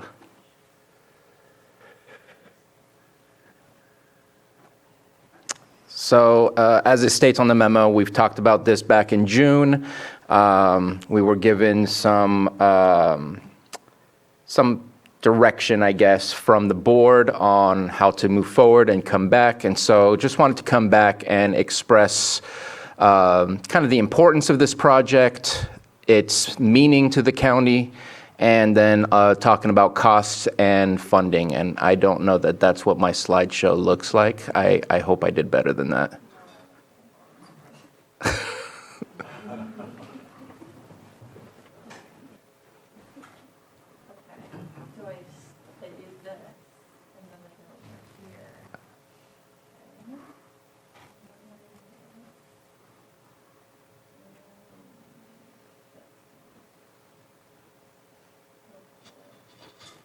That looks right. So I'm going to show you things and read you things that we may not like, but I just kind of want to frame it in a different perspective. So the picture on the left is Clear Lake Oaks. This is what it looked like in 2019. Not a pretty environment, not suitable for property values, not suitable for health, not suitable for any type of recreation at this point in time, and a deterrence for people from enjoying where they live and for people to come out and play and recreate. The middle picture is the Redbud Park with Thompson Harbor. And you can see the algae extending much further out and all around, mainly around the shore, which is typically where we'll see the big blooms. And the picture on the right is my predecessor, Jeff Smith. To be honest, I'm not quite sure what he's attempting to do, but obviously he's trying to see what the problem is, and he is trying to do something about it and learn. But the picture obviously exhibits and portrays the an unfortunate scene that the algae blooms creates, and I believe that this picture is Manatee Beach, right near City Hall. As we know, the algae forms mostly, not forms, but is seen mostly in the Clear Lake Oaks Arm and the Clear Lake Arm because of the current with all the water from the lake eventually going through Cache Creek and out toward Yolo County. And with also the prevailing winds pushing the water east. And so if we can go to the next slide. So I decided to start pulling items of how are we seen from the outside. And so I have some quotes from, this is 2022, August 3rd, San Francisco Chronicle. The headline is "Toxic Algae in this Northern California Lake is Corrupting Drinking Water and Causing Horrendous Smells." Here are some quotes. This is from one of our residents. "The stench alone from the blue-green algae blooms has been enough to discourage residents from using the lake recreationally or even getting close." The article continues to say these blooms can produce toxic chemicals that upon exposure can cause varying levels of sickness and severe health effects in people, livestock, and animals. Symptoms can include rashes, hives, diarrhea, vomiting, coughing, and wheezing, among other symptoms. This is another quote. This is actually a staff member in our county. "It's a horrible problem, and the smell is horrendous. Honestly, it's like a dying buffalo." Not sure what exactly that meant, but it was a bad quote that I just wanted to highlight, that this is what's being advertised outside of Lake County. This is the story, not just that people are telling about us, this is the same story that we're telling about ourselves, because these are residents that are being quoted. And then the newspaper article continues to say in 2009, so it's not just 2022, a buildup of algae blooms canceled fishing tournaments, and I can't see what's behind there, but had negative impacts on nearby businesses, officials said. If we can go to the next one. 2022 on August 2nd from the Press Democrat. Title is Clear Lake residents near massive blue-green algae blooms offered access to treated drinking water. As you can remember, we had a state of emergency due to the drought, and those that have private water systems were not capable to treat the water enough to make it potable, so we had to set up drinking stations around 2 areas. I believe one was on Point Lakeview near the Lower Lake area, and one was towards Windflower Point. And here's a quote from that article. Expansive blue-green algae blooms around the lower portions of the lake this year have raised toxin concentrations to some of the highest levels ever seen this early in the season. 2021, September 23rd, Press Democrat again, the title, Visitors Warned Not to Swim in Clear Lake, Avoid Boating in Eastern Arms Due to Blue-Green Algae. State water regulators have issued a new round of warnings about recreating in Clear Lake because of concerns and potentially dangerous blue-green algae blooms that could sicken people or pets, and they are advising boaters to steer clear of the eastern part of the lake. And again, we are talking about the Clear Lake Oaks Arm and the Clear Lake Arm. Next. 2019, July 30th, Press Democrat. Swimmers, boaters urged to stay out of certain Clear Lake areas because of blue-green algae. Quote from the article, 4 areas are of particular concern, including the water around Austin Park Beach and Redbud Park, both in Clear Lake. Both locations also had high microcystin levels last August, according to state records. Going back to 2009, August 9th, Press Democrat, stinky mess along Clear Lake South Shore, and I'll stop reading. These are not our local newspapers. This is how our lake is being advertised outside of this area. To speak about the impact directly to Clear Lake Oaks and Clear Lake, I think is obvious through the pictures and through the living experiences of those that reside there. But to speak of the economic impact, not just to Clear Lake Oaks and not just to Clear Lake, but to the entire county as a whole, when the lake is one of our biggest draw of tourism, and tourism provides one of the greatest revenue streams for our economy. This is the story that is being told by both outside of the area and by our constituents to these media outlets. We need to change that. And so let's go ahead and go to the next slide, please. So here are some of the benefits from having the MPC buoys.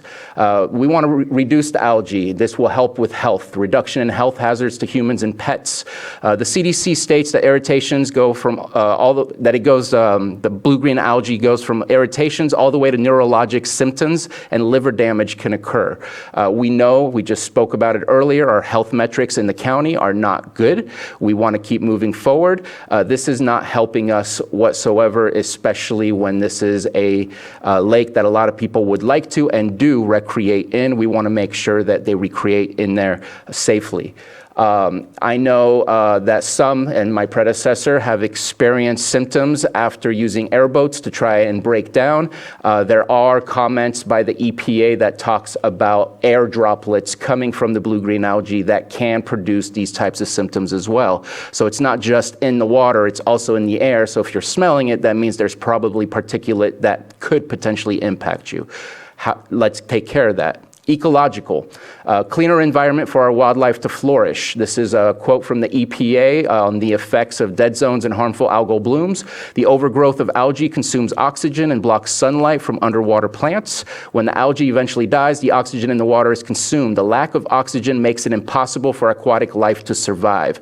We have seen a lot of fish kills in the past decades, and some of that is due to lack of oxygen, and typically we'll see carp and catfish amongst other fish that will be harmed by that. If we reduce the amount of algae, it would increase the amount of oxygen, which would help the fish life in our lake. And we also know from the studies done, I think it was USGS or Fish and Wildlife, that they are seeing a reduction in all fish in our lake at this moment. Fish and Wildlife, thank you. Economical.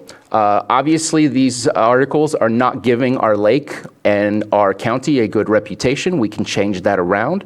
And with a better reputation and a better draw to our lake, increased in business and increase in tourism, and that impacts everybody around the lake, not just the area where we see the most amount of algae. I have a quote from one of the Sunset Resort owners. I think this was in the 2009 article. "I just lost a whole season. It might close me down." And in fact, they are now a full-time residence, not a resort at this point.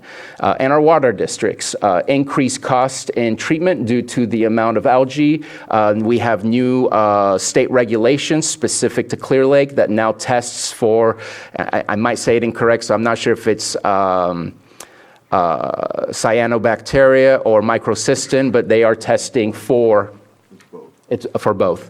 But they are doing special tests specific to the lake due to the fact that it has such a high level of cyanobacteria and microcystin. And so our water districts would benefit from this as well. If we can go to the next slide, please. So here is the MPC buoy. At the bottom, you can see that is where the sonar comes from. The top are the solar panels. They are chain linked to the bed of the lake. They're 441 pounds. I put it in inch and feet just to simplify everything, about 7 by 8 feet wide, 3 feet deep. They use ultrasonic algae control where you can actually change the type of algae control it is based on the type of algae that you're experiencing. This is one of the unique features of the MPC buoy. While others are preset for attacking only certain types of algae, this you can actually change the regulation. It says minimal maintenance. What I read is it's once every 6 months. They do have different warranty, year warranty on different parts of the system. We'd have to find more information on the actual maintenance itself and the cost. I do not have that for you. It is remotely operated, so you do not have to approach the buoy in order to make any of the changes.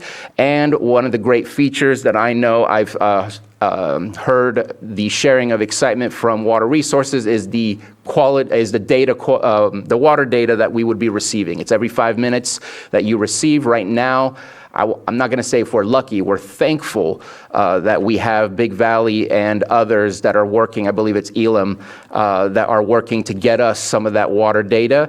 But this would give us a whole lot more to better understand as weather comes in, as activities are happening, what is happening to our water data rather than once every 2 weeks or once every 3 weeks and trying to better understand how it is that things were impacted by that. If we can move forward, please.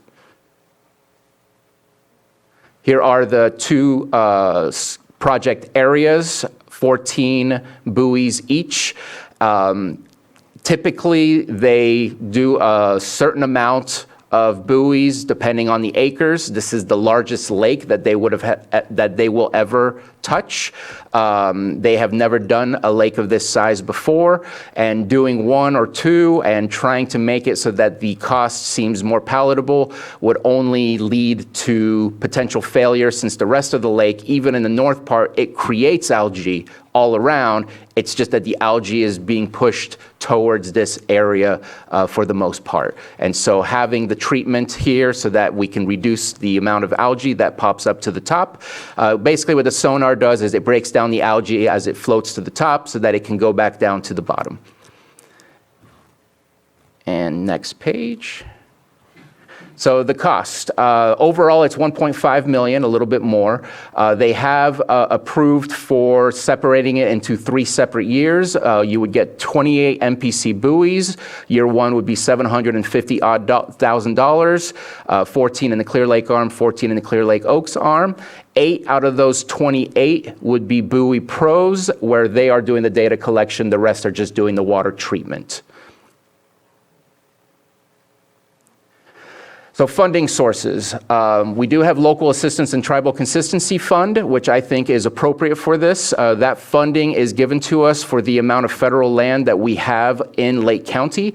We know that a lot of our nutrient load comes through the Middle Creek area, which comes from the National Forest, hence federal land, and it has a great impact. Now, we have been doing a lot of work to reduce the amount of nutrients going into the lake and continuing to do that work. Obviously, we're doing work on Middle Creek.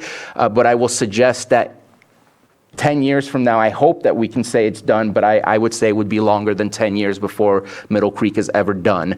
What are we going to do to make sure that we can improve the economic drive and the reputation of our lake to draw in more visitors? There are $3.1 million available in that reserve, and it has not been allocated for anything. In the cannabis tax, we have a salary stabilization fund, which was set up in 2020, I believe, which was just in case with the salary increases that we needed to cover those things. We've been able to cover it. We can prove we can cover it. So the salary stabilization fund, I believe, will come back to us in mid-year potentially to see if we want to take it out of being stuck in salary stabilization, but it is not being used and is not planned on being used. We do have budget stabilization. We do have 15 million in reserves. We do have, what's the other one? That's 3.5 million just in case fund. I don't have the right term for it, but there's other reserves that are supposed to do what the salary stabilization fund was meant to do, especially now that we know that we are affording the salary changes that we have made in the past. My preference is for us to move forward and to be able to activate this and get it done next year. If the board is uncomfortable with spending the dollars, and again, I'll just be blunt and honest, just like I was in the memo, we're not 100% sure that the mitigation that we hope to see is the mitigation we're going to see. I still think it's a worthy cause and a worthy effort because doing nothing is continuing what we've already experienced and have been experiencing for the last 20, 30 years. There is grant funding. For example, there's a 2018 CDBG Mitigation Resilient Infrastructure Program funding available. There's $2.3 million. Granted, this project is not going to be the only project that's requesting to be on the list of projects. However, I don't think that anyone can make a request that goes above 2.3. I think this fund needs to pay for the project entirely. I did have a conversation with Mr. Carter, who did say that it was a possibility. I'll put a little question mark next to that, of reimbursement through that fund if we do move forward and start this project and then get it reimbursed. Again, possibility. I think we need to get that approved rather than saying 100% now. I was provided through one of our state representatives that there is Clean Water State Revolving Fund. However, that seems more aimed towards sewer and water public utilities. So not sure that that could be useful, but still something to look into. And then the cleanup and abatement account, which does suggest that algae abatement is a part of what grant funding could pay for. And I think that's all. No, I have more. So this project was approved by the Blue Ribbon Committee, but with the state deficit and with LAO stating we're going to see a state budget deficit for the next 3 years, most likely not available to be funded. Again, I would rather move and solve the problem that we know continuously exists than kick the can down the road. Obviously, preferred option is just that. Alternative option, I'd love to at least walk away today to continue to direct staff to seek out grant funding rather than saying that we're not going to do this.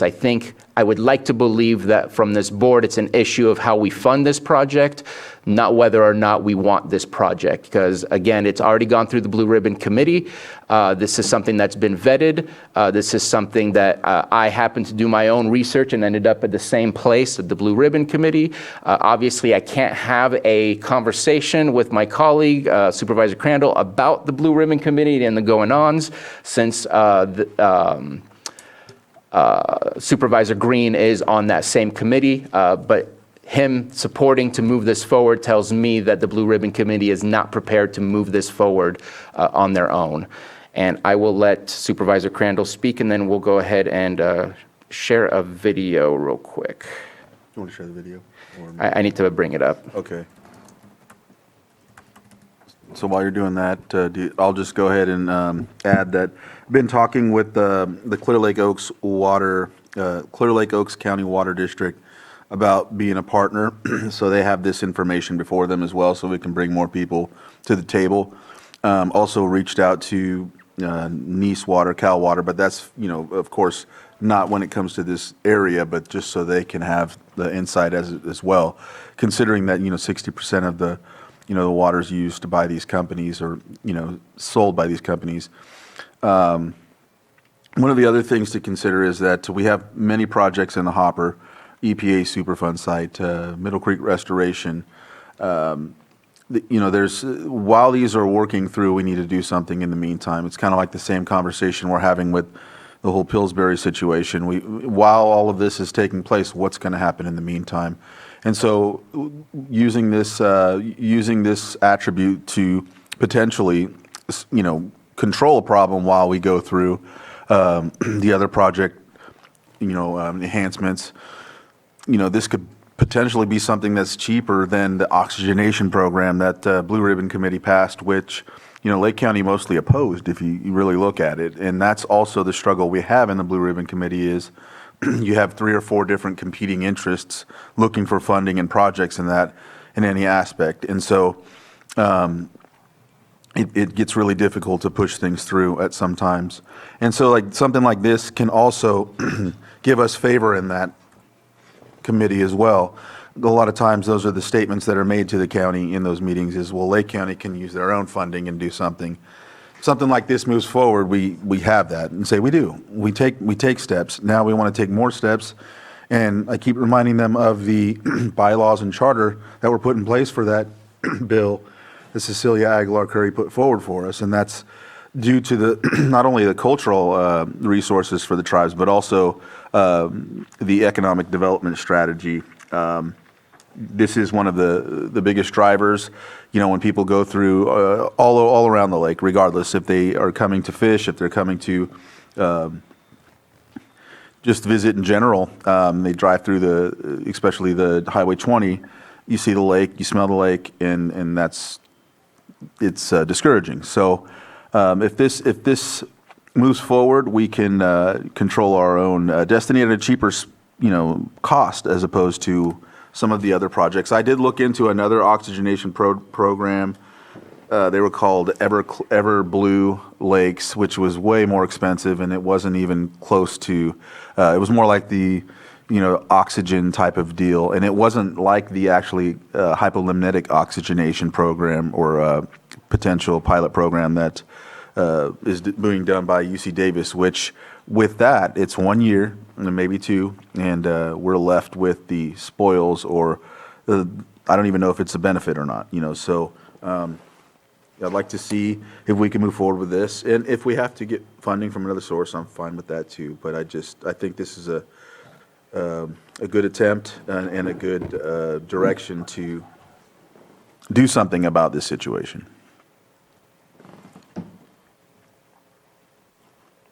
So I'm going to join as panelist here and then just share a 2-minute video, and then we'll go ahead and be done and pass it back to you, Chair.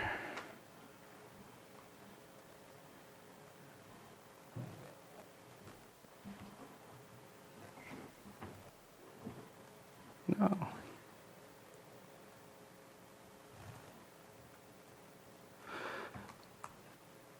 It's in the way. There you go.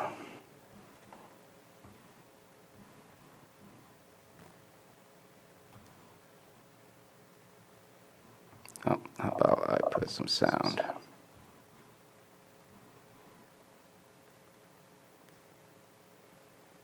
Is that not working?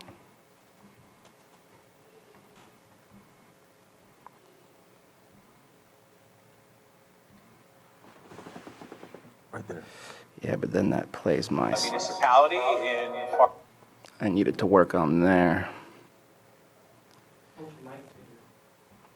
No, that'll just make some big echo. I'm going to pause. Apologize for not having that work out. This is basically the city of Ukiah. Granted, this is nothing close to the size of our lake. They are using an LG Sonic. They are using this for sewer treatment to decrease the water, to increase the water quality, and then passing that on to irrigation purposes for agriculture. They have both city officials as well as agriculturists that are saying how it's really helped to clean and get rid of the algae and the muck that they used to experience all the time. And that's a brief summary, and I would say please look at it. I apologize that I can't get it to work. And that's it.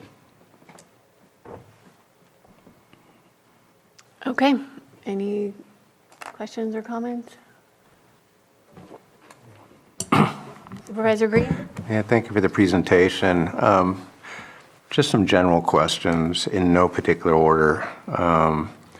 The memo says no change in scope. I think I'm counting more buoys than what Blue Ribbon Committee signed off on. I may be mistaken on that. So I just want to make sure this proposed configuration is the one that was vetted by BRC.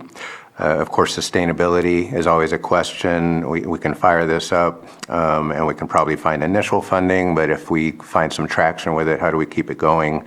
And, you know, what grants or match funds or assessments may be needed to get that doing. We are coming up on an inflection point with water resources, so staffing, you know, who's there to accept the data, what type of data sharing will be done with partner agencies and tribes. Is there any state permitting, any CEQA NEPA stuff that needs to happen with that? You know, what level of state involvement is in there? And as we kick the funding question around quite a bit, you know, rather than adopt a whole Blue Ribbon project, maybe a offer of a, you know, share of cost or a match may induce some level of state action in the next funding round. Just like we saw the prior year's projects not get funded. They finally got some funding this year. So although we have a good chunk of projects that were approved this year, it sounds like there's going to be a pause in taking on new projects next year, and then we'll start addressing the backlog. So is a total self-help approach appropriate here, or is there some opportunity to do a share of cost and kind of at least move this to the front of the line of unfunded BRC projects from this year? So just bouncing that around, I'm generally supportive of this, but there were, of course, close to a dozen Blue Ribbon projects that also were approved that you're not bringing that forward. So that's it, just some generalized concerns. I can answer when it comes to LG Sonic and the Blue Ribbon Committee. In those meetings, there's competing interests on many occasions, and so a lot of times our projects don't even really get pushed forward. Some of the others, yes, but the only thing similar to this and the Blue Ribbon Committee is just LG Sonic itself.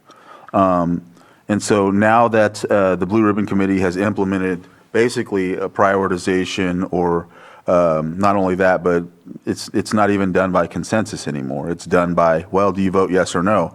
Now you have 2 or 3 other parties voting no against anything that they, you know, if they have a project, they're going to want to push it forward. And if we have a project, a lot of times it's always said the county can do their own thing. So it's frustrating. So doing something like this not only gives us an argument, but also, you know, solves a problem rather than going through that headache, if that makes sense. So, I have a question. So who are the other parties that would vote against this? so we have UC Davis, Okay. and then there's tribes, a couple of tribes. And the tribes are not in favor of this? There's one in particular that commonly isn't, and they get a lot of projects as well. They're not in favor of this because they're prioritizing their Well, I don't know about this one. I just know that any project that's brought forward by Lake County, it's usually discouraged, if that makes sense. Is that maybe a conversation to have with our assembly member, or have you? Yeah. Yeah. Okay. And just as another response, I know that I worked with LG Sonic and Water Resources to get this scope. It was never a carbon copy, but the idea of the LG Sonic buoys and the ability to help clean the lake, absolutely the same thought process, but not a carbon copy. It's not necessarily all the tribes. It's mainly one that has a very influential voice when it comes to the cyanobacteria and microcystin and all that stuff. Yeah, I guess my question is, is it something, did they have a problem with this particular project? It's their priority. County projects. County has cannabis funds. The county has money. They should be doing these things on their own. Those comments are always thrown out. UC Davis commonly chimes in or just ignores it and, kind of beats it down with anything that has to sound scientific or whatever the case. They have basically a doctor that is a biologist or something like that from the school that is in on that committee, so. Okay. Vice Chair Simon? Yeah, obviously, I know the last time we had talked about this, we looked at grant fund. I guess my one question in looking if we're going to support this from the county is, in which we do support the overall concept. The hard thing around it is, don't know if it's going to work. It says it right here in the memo.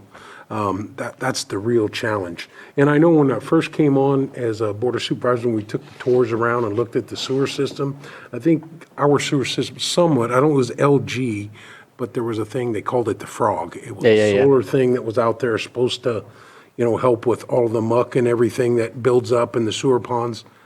But are we still using those? I think those are oxygenators, or they. But I mean, the same basic concept. Basic type thing, yeah. concept. I'm not the guy who built them, but, they're supposed to save a bunch of money and other stuff like that. And I don't know, I guess I'll reach back out to Scott. We had and ask that question. I think he's on vacation right now.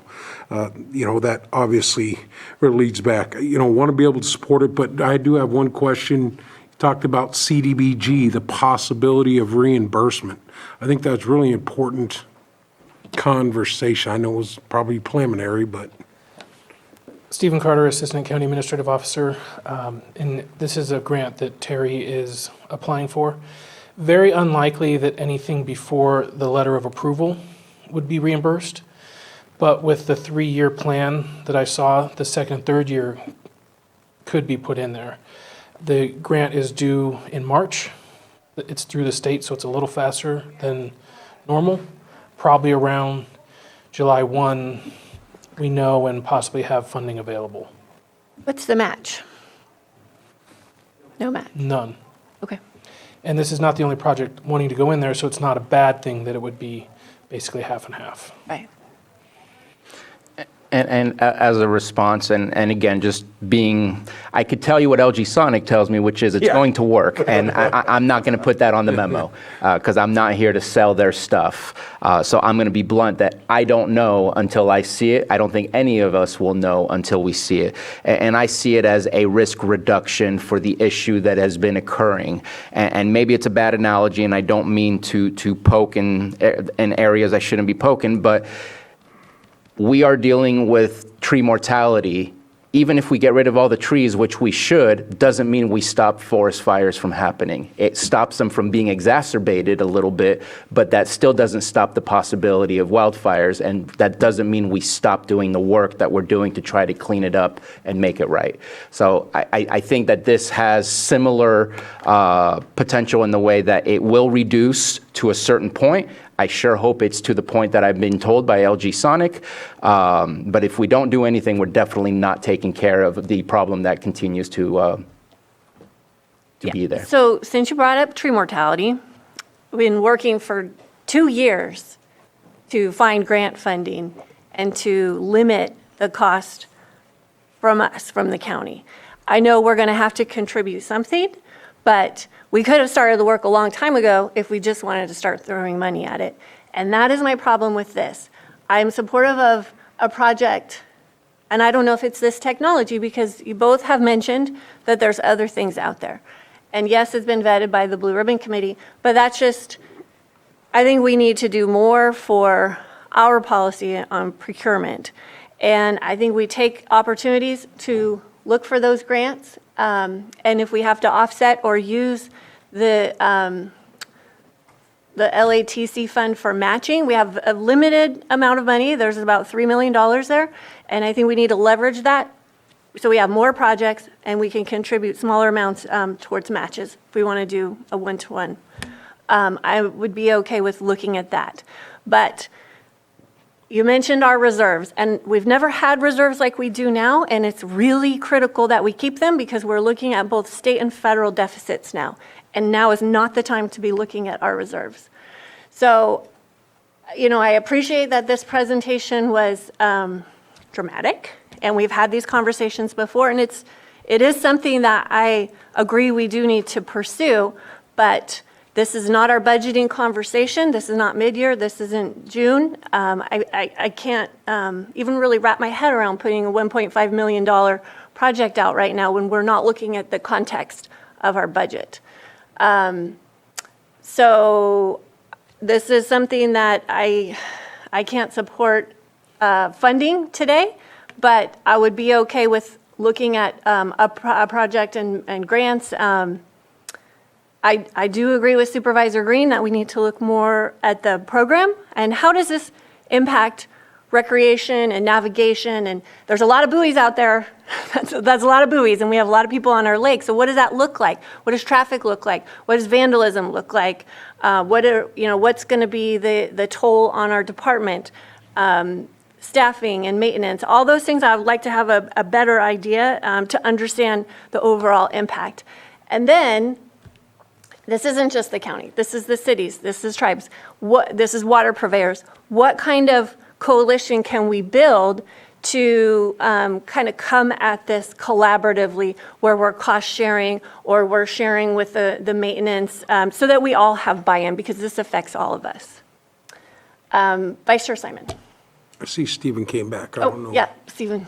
Well, I just wanted to say that if from the position I'm hearing from the chair, we can try to go for the entire thing in the CDBG grant, and then if awarded, theoretically, it can be implemented, unfortunately, in the end of 2024. So it's a little later than Supervisor Sabatier wants, but that's one thing that could occur. And it sounds like there's a couple projects. There's at least 4 projects. 4 projects for that funding source. And so could some of them be partial funding and then we match or, get matches from other organizations? For the specific LG Sonic? Yes. Yes. Okay. So I'd like to explore that. Vice Chair Simon? I think looking at the grant opportunities is real important. If there's an opportunity to do the whole grant and see if we get that, I understand you say there's 4 grants potentially for that. I don't know what those are. I am in support. 4 projects for that same grant. Or 4 projects for that same grant. My other departments have already asked for those to be put through. So is that going to be a conversation at mid-year? Okay. And sorry. Yeah, looking at the, the overall cost, the reality of it is, the longer I've learned and sat here on this board, and the conversation happening, it's the oldest natural lake in North America. It's going to come with it. We're never going to have, and when it first came on, heard a lot of people making comments of, oh, we need to be clean like a lake. That's not the lake. 2 separate animals, man. And learned a lot of that since been on the board and educated through the conversations with Blue Ribbon Committee, everything that we're doing, looking how we're going to do these things. Some of these channels are man-made too, because they had some real grandiose ideas of flying people in and being in other areas, and you wanted waterfront property and you made waterfront property, and now there's issues because it blows the wind from the north side of the lake down. We've had these conversations last time. I think everything we're attempting to do is real important. And I know we got, how many units in here? 16 is what? 28. 28.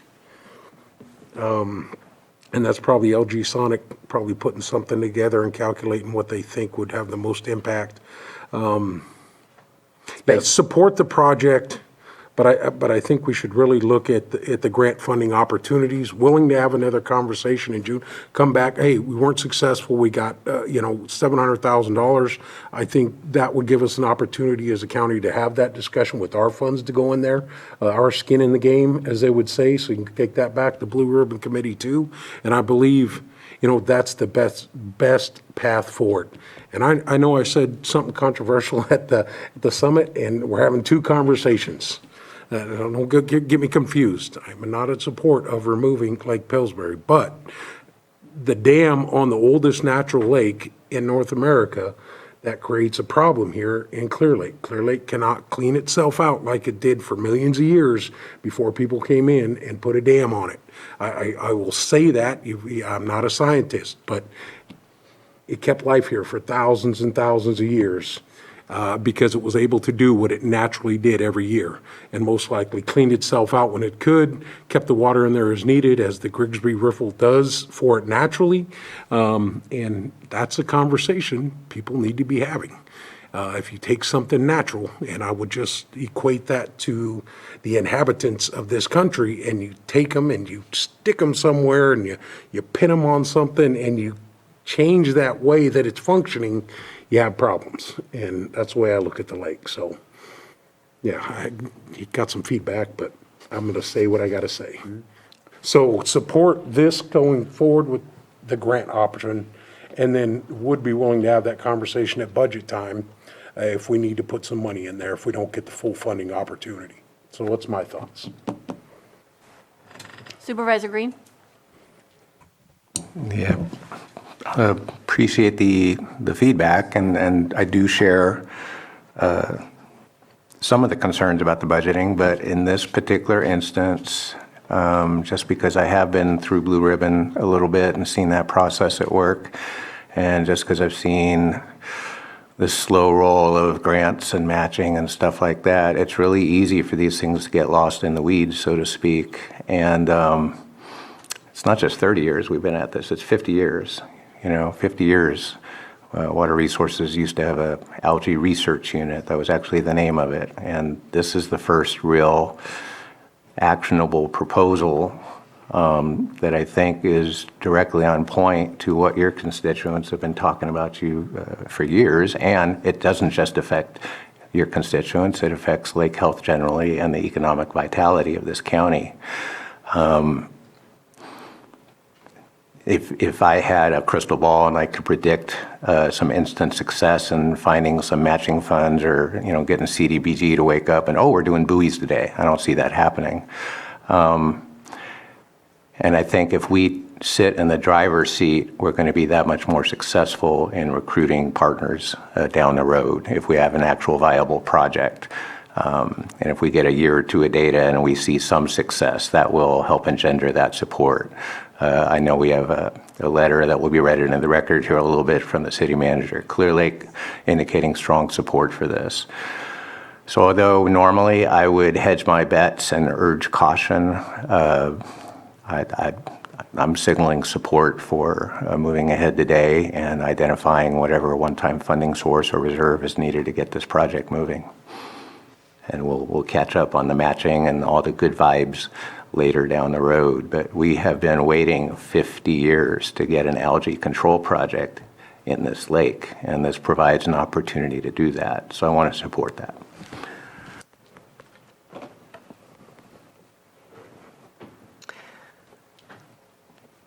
Well, I agree with Vice Chair Simon that this is not something that I'll agree to fully fund. I just won't.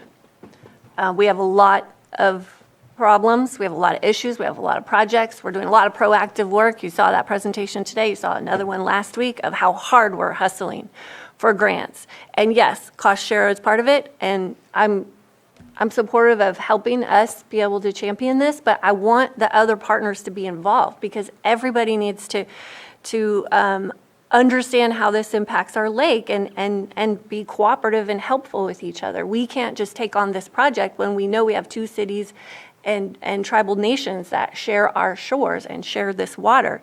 And, we have a lot of success with the Risk Reduction Authority and bringing people together. And if you want, we can have those conversations there because water quality is a risk and we've got water purveyors there. But in my mind, this has to be a collaborative project. It just can't be one entity and one agency. Supervisor Crandall? Well, I don't want to speak for the tribes, but I could already tell there's 3 that will not partner with us on this. One already has their system moving. And I know for sure my tribe isn't going to. They don't really want to be a part of a lot of these projects unless it has to do with the hitch or anything like that. I don't speak for them. They may change. They may say otherwise. But what I've noticed is anytime the county asks for, a partnership when it comes to funding, it's a very difficult ask. And the reason I say that is because the TID was a very hard thing for a negotiating deal, but it finally got done, and that's still there. And so I think if it's proven, they might jump on board, or they might buy their own, or that way we can lessen as a county to have as many. But that's just the path that I see if we take that approach. I think if we ask them to come to the table and be a part of it initially, it might be an issue. Not to mention some of the things that have come to the board that have put some of the tribes, at a level where they don't necessarily would want to work with us on something like this. Maybe other things. I think when we say it might not work, the reason why it might not, or the thought is, not thought, but the reason why is because it hasn't been done on a lake like this before. It's been done on smaller lakes which have data that prove that it's worked. I think that's the issue, is we're coming into this not knowing with a lake our size, it's like going into the unknown. The other thing about it is, we talked about staff, and this has a monitoring system.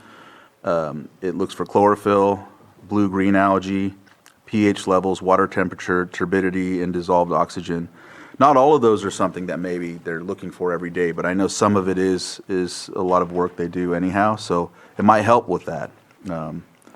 I didn't necessarily get that information from Water Resources, but I know that they do these type of studies. So that's just some input that I have, especially with tribes. Like we're working on the Middle Creek Restoration Project. I'm part of Robinson, and I'm still having trouble getting them, getting a working relationship with them, if that makes sense. So when you mention some of the tribes, there might be a couple of them that will. That's fine, but I don't know. I know the cities, I know that I've seen a support from Alan on online here. And I haven't gotten to see it. I seen it. There's a for this item. Support. Yeah, it's a letter of support. But I think we need to understand what the whole program looks like. And part of that would be inviting everybody to the table and starting the conversation. If people walk away and they don't want to be a part of it, then the opportunity has been given. But I feel like that has to be part of the effort here. So actually, before I start speaking, we have Mr. Carter standing there. Looks like he has something to say. Wondering if you maybe want to skip me and. It'll just take a second. It actually relates to what Supervisor Pyska just said. It's from Scott De Leon. It's been pointed out that the O&M costs have not been considered, which is correct. And we'll need to do that moving forward because that can be a significant expense. It doesn't necessarily need to be all borne by the county. That last part was from me, not Scott. And I do agree that there's still some answers that are needed, and I appreciate some of the comments that have been made today. I know that, so I put this on my slide and I forgot to read it when I went through it. We've been paying Clean Lakes a contract since 2011. We just signed a new contract. In the memo, it said it was for 4 years, but the contract is for 1 year. I think the 5 years was meant that we don't have to do another RFP for 5 years because they had just done one, and it was the only proposal we received. We are paying out of, and Mr. Carter can correct me, we're paying out of geothermal and out of TOT and some other general fund. That's for weed abatement or algae? And that's for aquatic weed abatement. Right. I'm gonna 90%, there's only one thin strip in the lower arm area that's aquatic weed treatment is done. 90% is all in the Lakeport vicinity and some in the Lucerne area and Soda Bay. We do not ask people for money on this. We have been pulling it out. And That's not general fund money, though, that's geothermal royalties. which we can use on a multitude of things. About 40% is geothermal royalties, which the type that we're using there can be used for almost anything. The TOT, 40% is general fund, and that's about 50%. And so that TOT comes from both the cities? No. No. Oh, it's our then our TOT allocation. Right. And then the ag department, for their gas tax, it varies from 7,000 a year to up to like 70 sometimes. So that would be pure general fund as well. Okay. So general fund for sure, 50 to 67%.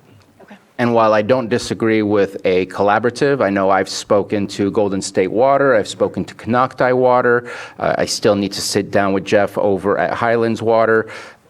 Golden State has given me a verbal that they want to purchase one. Okay. Place it right over their intake. I know that Frank over at Canocti Water is speaking with his board because he can't give me a verbal until his board actually says, yes, we're interested in funding this.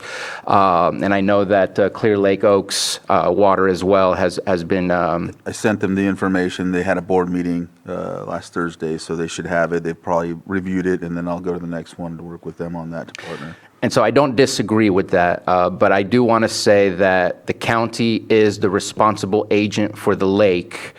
And if we're asking property owners to be responsible for their properties, then we should lead by that same example as well, by not just looking for money where maybe, because yes, tribes can access the lake. Not all tribes are right next to the lake, but if we're asking for everyone to pitch in, if they say no, that doesn't mean that the project shouldn't happen. It's still our responsibility to create a healthy lake, a healthy environment for both the people and wildlife and for our economy.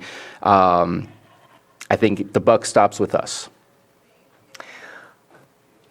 Well, I think there's a lot of ways to contribute other than the initial cost, and we don't know what operating and maintenance looks like. There's going to be responsibility if all of these buoys are right off the city's shores. What about vandalism and other issues like that? So, that's why I really need this to be collaborative, because there may be partners that can't contribute. We know some water purveyors, they have a shoestring budget. Some are for profit, some are not. But bringing them all together and coming up with a plan is how this is going to be most successful. And then we'll understand what the true costs are going forward. How can we leverage the funding that we do have with grant opportunities that are out there? And then one last statement. Supervisor Green, I appreciate your comments. And you're right, it has been since, I think 1967 was the first formation for looking at the algae, if I remember the information that Scott DeLeon gave to me. But it will require, if we move forward with the proposal here, it will require 4 votes in order for reserves to be moved from LATCF to being an asset, a capital asset type of thing. And so I think that I need to answer some of your questions. I think that I'll let Mr. Carter continue. I'm just here for those questions that are going to happen related to budget. Please correct me if I'm wrong. You're correct. Vice Chair Simon. So, okay, 4/5 vote if we're going to move that. You know, what I'm hearing a little bit, obviously, and we sat here on the diocese, we get these items going through that process. Completely agree with, and what I feel, the board is in support of doing this project somehow. Talked about the CDB budget. One question I would like to ask you and Supervisor Crandall is, I really would like to see if we can write that grant, this opportunity as we move through that. But Mike, you make a good point. There's a million things that we have going on with the restoration projects, everything that we have doing, studying the data for the water and everything that the tribes and everybody's collaborating on with the Blue Ribbon Committee. So I am a project guy. I'm like tired of studying stuff. Let's try something, man. So would there be a willingness by you guys to bring the scope down? Maybe instead of 28, you go down to 20, 10 at each spot. And then that spurs the conversation of agencies. Hey, we're going to do this for a year. If it works, we need to come together, all the agencies that are doing it, the tribes, everybody, and say, hey, all right, it did work or it didn't work. We took a shot at it. There's an opportunity for CDBG, if we take that shot and, we can get some funding to reimbursement. So would there be a conversation on the scope? Because I imagine LG put the scope together. Yes. And if we went for 10 and 10 in those areas, I think you could get a real good idea of where we're moving with that project. Because what it sounds like today is there's a majority of the board that's in favor of moving this thing forward one way or another, and that's the reality of it. What about just one arm and not two?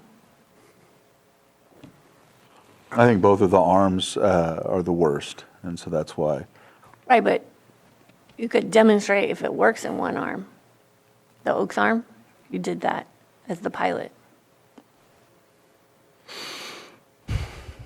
At this moment, I can agree to limiting the scope with reducing the number. I think we have to be careful so that we don't limit it so much that it really doesn't have an impact. That's why I counted, you had 28, you had 14 and 14. Just 4 down. 4 away. I think you're spreading that out a little bit. I don't know, LG may come back and have a fit about that, but I think it's an opportunity to look at that because if you're looking at 1.5 million, we already heard from Water Resource or Scott DeLeon that, we don't know the operation costs. I think we're limiting the liability, I think, a little bit more to look through that project. I know a lot of folks, there's been failed measures, there's been other things that have been out there, collecting of the algae, I heard of that, which it didn't work out. I obviously am very pro-lake. I think we have the most beautiful lake. I think, me, Bruno, through LTA and APC, I'd like to see a ferry program. We still support that. We can turn that into a tourism opportunity to get people on this beautiful lake, because we do have problem areas in some places, but the overall, you get out in the middle of that thing, it's absolutely beautiful. So that's another conversation. But looking at these opportunities, I think are really important. I think what it does open up the doors to, obviously, is the other government tribal nations in the county where there's opportunities to collaborate. If there's a project that works, maybe there is some funding that can come through each one of our EPA departments that could help subsidize some of these for the lakes. The worst thing that could ever happen, and it did happen here recently, was the Tule Boat Festival that's been going on forever, the existence of this lake having to be canceled because of cyanobacteria. And that is a traditional cultural thing that is done and has been done here before this country was even created, and it had to be stopped. And that's a horrible loss, just as much as the hitch would be, or the chai, the loss to the cultures here that have been here forever. So hearing in the conversation today, if we could limit this, I'd be willing to move forward to look at the LACTIV funding, but also want to have a dual bridge where we're looking at the CDBG funding, if there's an opportunity to reimburse that or even get the grant as we're moving forward. So those are the thoughts that I end up with. And I'm going to give Supervisor Green. Just real quick, if we don't have a technical subcommittee, but rather than slice and dice, number of buoys, obviously the more buoys we slice off, the lower the cost, but also the higher the probability it won't work because we didn't scale it appropriately. It's a big problem on both of those arms. So I think the original project, as it was approved by Blue Ribbon Committee, was not 10 and 10, I guarantee you that. And if we're going back to some baseline, let's do it in an informed way. Let's get LG Sonic on the phone. Let's get what technical assets we have to actually discuss that. But on the collaboration point, Blue Ribbon Committee is collaboration. The whole thing was invented as an exercise in collaboration. So the fact that we didn't get 100% buy-in doesn't mean that it didn't get approval. It was approved for funding by BRC. We just don't have the check right now. So I don't want to spend a whole lot of time using a budget to reinvent this project as it was originally scoped and approved through a very collaborative process. But if there are concerns about the scale, what do we have in terms of a technical subcommittee or an ad hoc that could be formed to address any technical questions or O&M questions that may be raised on this. And then whatever budget transfers have to happen, what meetings have to happen with that. So it sounds like, I'd like to move something forward that we're not like slicing it in half off the top without really justifying that, other than our concern over funding.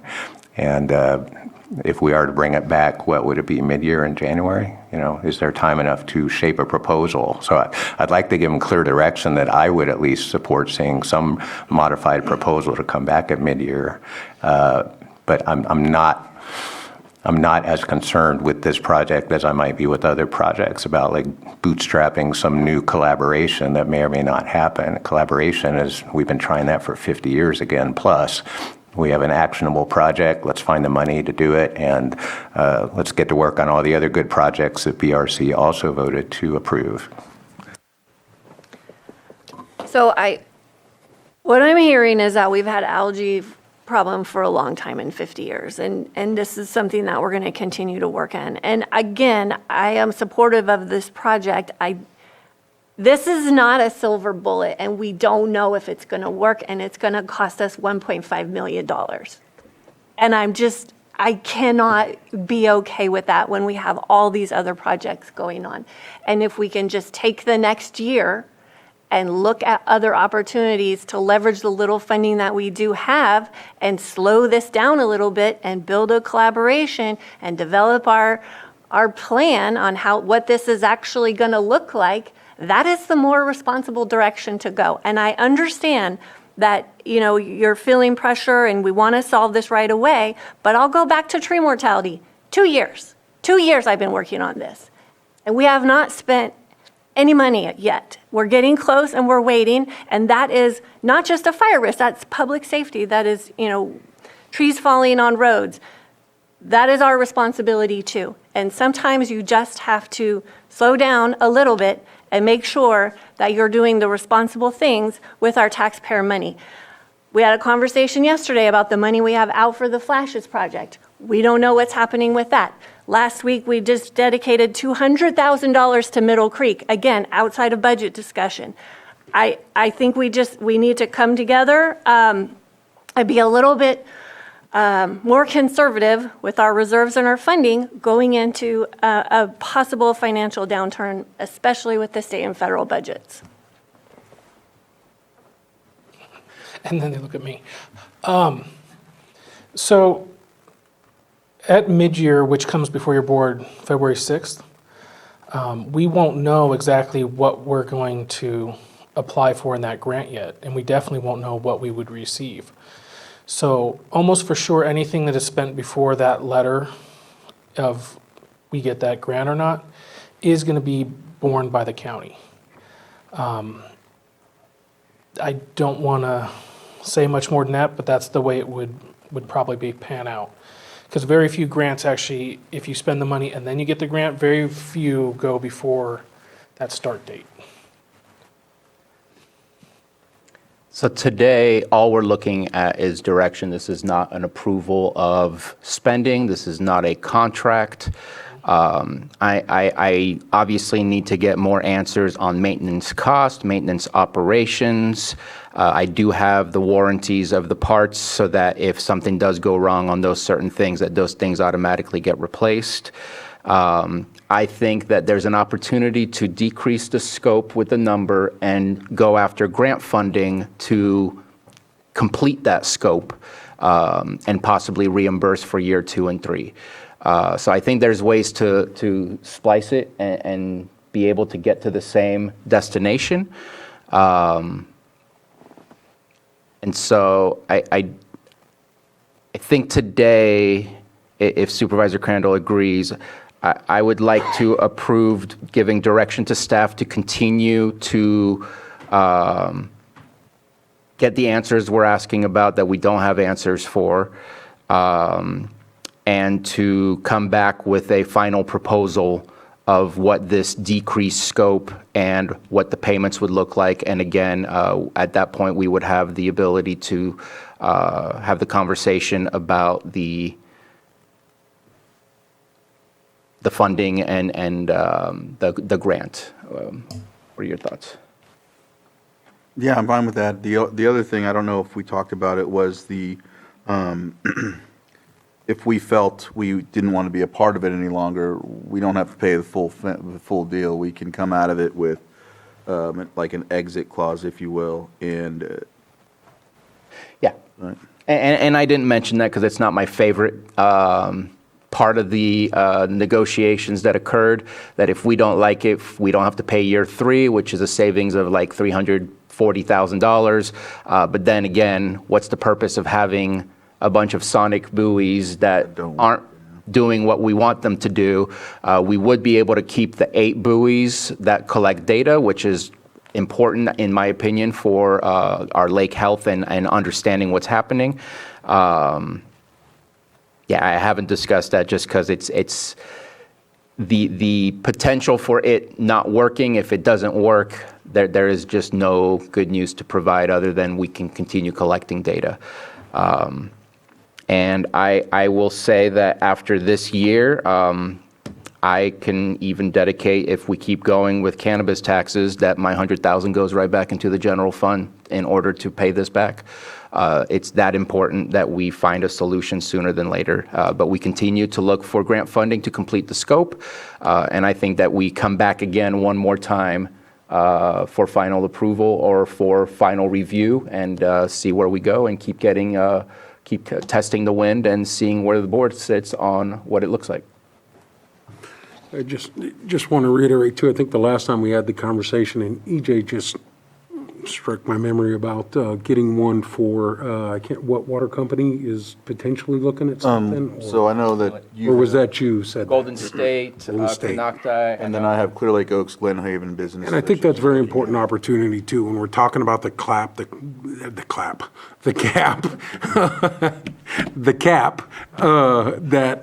the climate.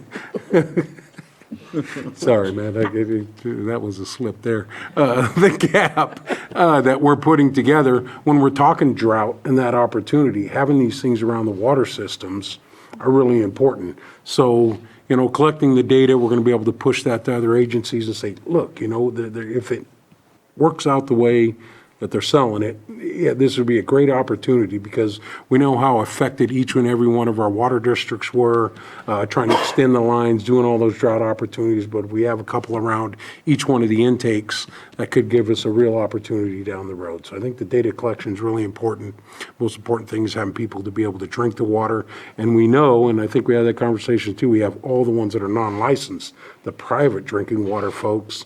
And I think during the drought, we got an idea on that, but I think that's something, we need to look at from our special districts department of who's drawing water from that lake for an environmental health issue to go down the road. So important stuff, obviously, in support. They didn't necessarily commit, but they are interested, and I'm not sure how many they would be interested in, but I did send them all the information, and I sent them the last presentation, the video, and so we'll find out more. But I know that they're highly interested because of the last fire situation they had in town in 2020. The water was so low that they had a water boiling situation going, and so with something like this to help, if it was to help with the water, it would give them a better opportunity not only to serve people with drinking water, but also in the fire situation as well. So that's why they were interested, but doesn't mean that they're, on board completely, right? So the board has to make their decision. Now you got to show me first. Yeah. So I did want to bring up one more thing. It would be about mid-February to the end of February when we would come back to your board about that CDBG MIT-RIP grant. And that's where some decision can be made on what we're applying for, whether it be the year 2 and 3 and we take care of year 1 ourselves, or try for the whole project, which then wouldn't start be funding until July-ish. CIO Parker? Thank you, Madam Chair. I would like some clarification when you say staff, and who is that? I would say water resources, and probably the assistance of Mr. Carter as well, or maybe Ms. Logston, since she's also working on that grant, because I want to make sure that they understand what the project scope is, so that if we are going to implement that in the grant proposal, that they understand what it is that we're asking. Thank you, sir. Is that good enough, or did I miss something? No, that's good enough. I just wanted to make sure I knew who's doing what.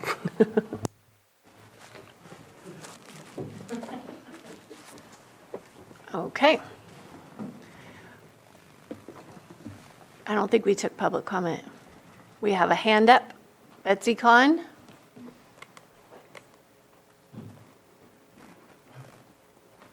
Thank you, Madam Chair, and thank you, Board, for this incredibly important discussion.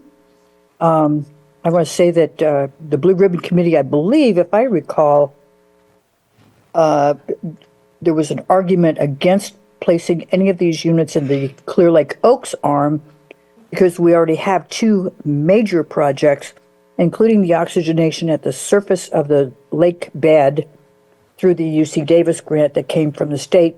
And there was some discussion about whether that would be, the two data issues would be confused if you added those buoys in the Clear Lake Oaks arm.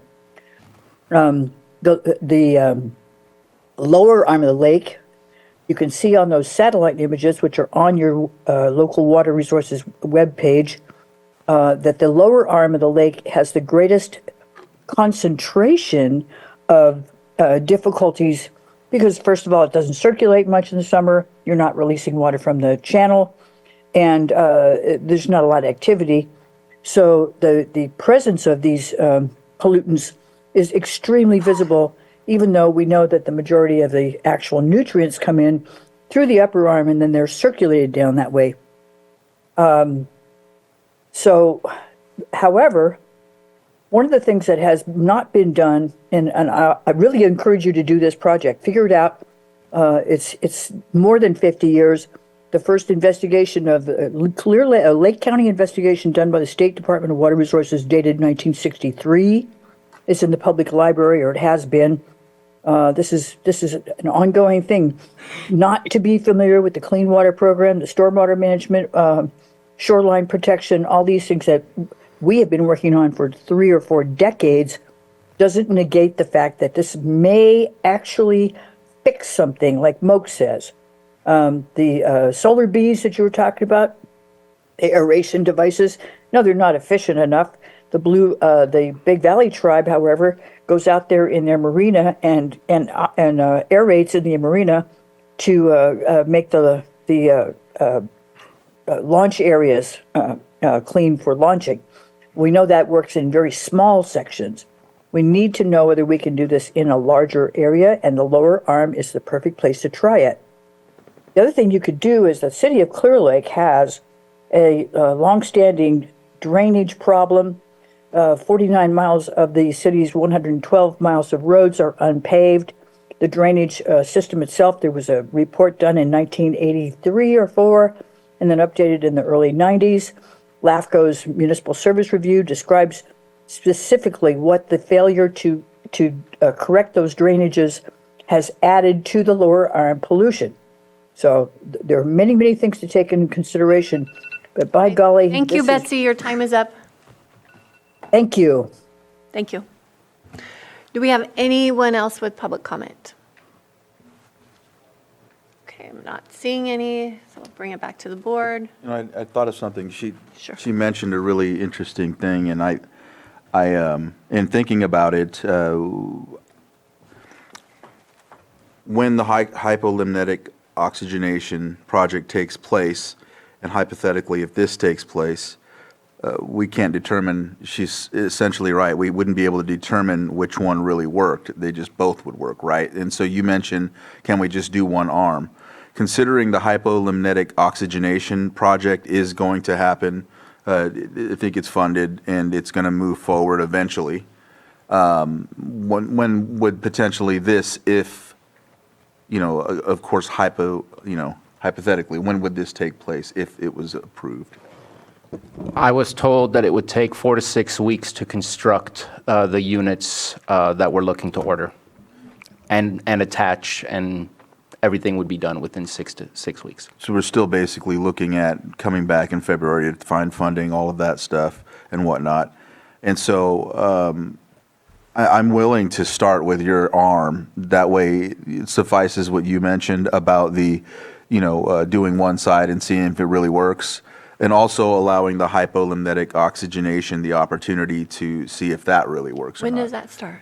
I want to say this year, but it could be 25. But I remember a couple years back, they were like, oh, once it gets approved, we'll look at 24. Usually the funding comes, and then it's a year out, if that makes sense. So if it was approved in 22, which there was projects approved in 22, but they got pushed back because of the funding.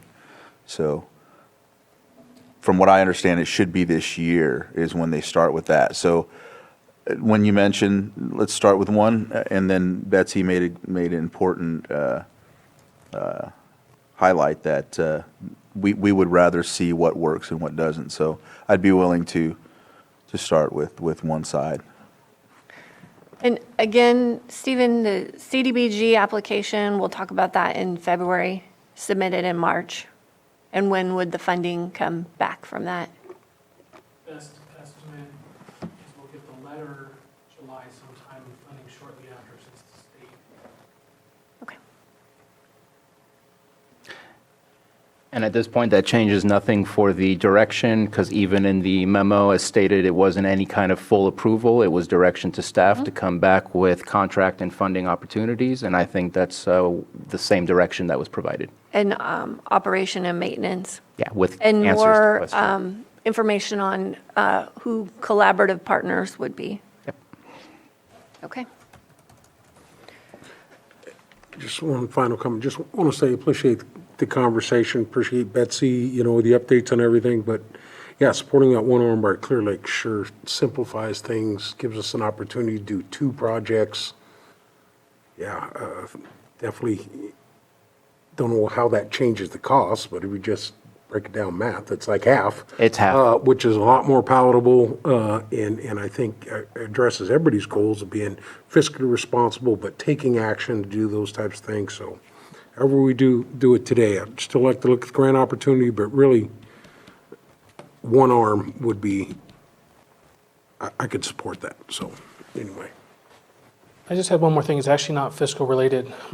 Supervisor Sabate, when is the right time to put these buoys in? You were talking to me previously about the right timing of it. The timing is not when there's algae everywhere.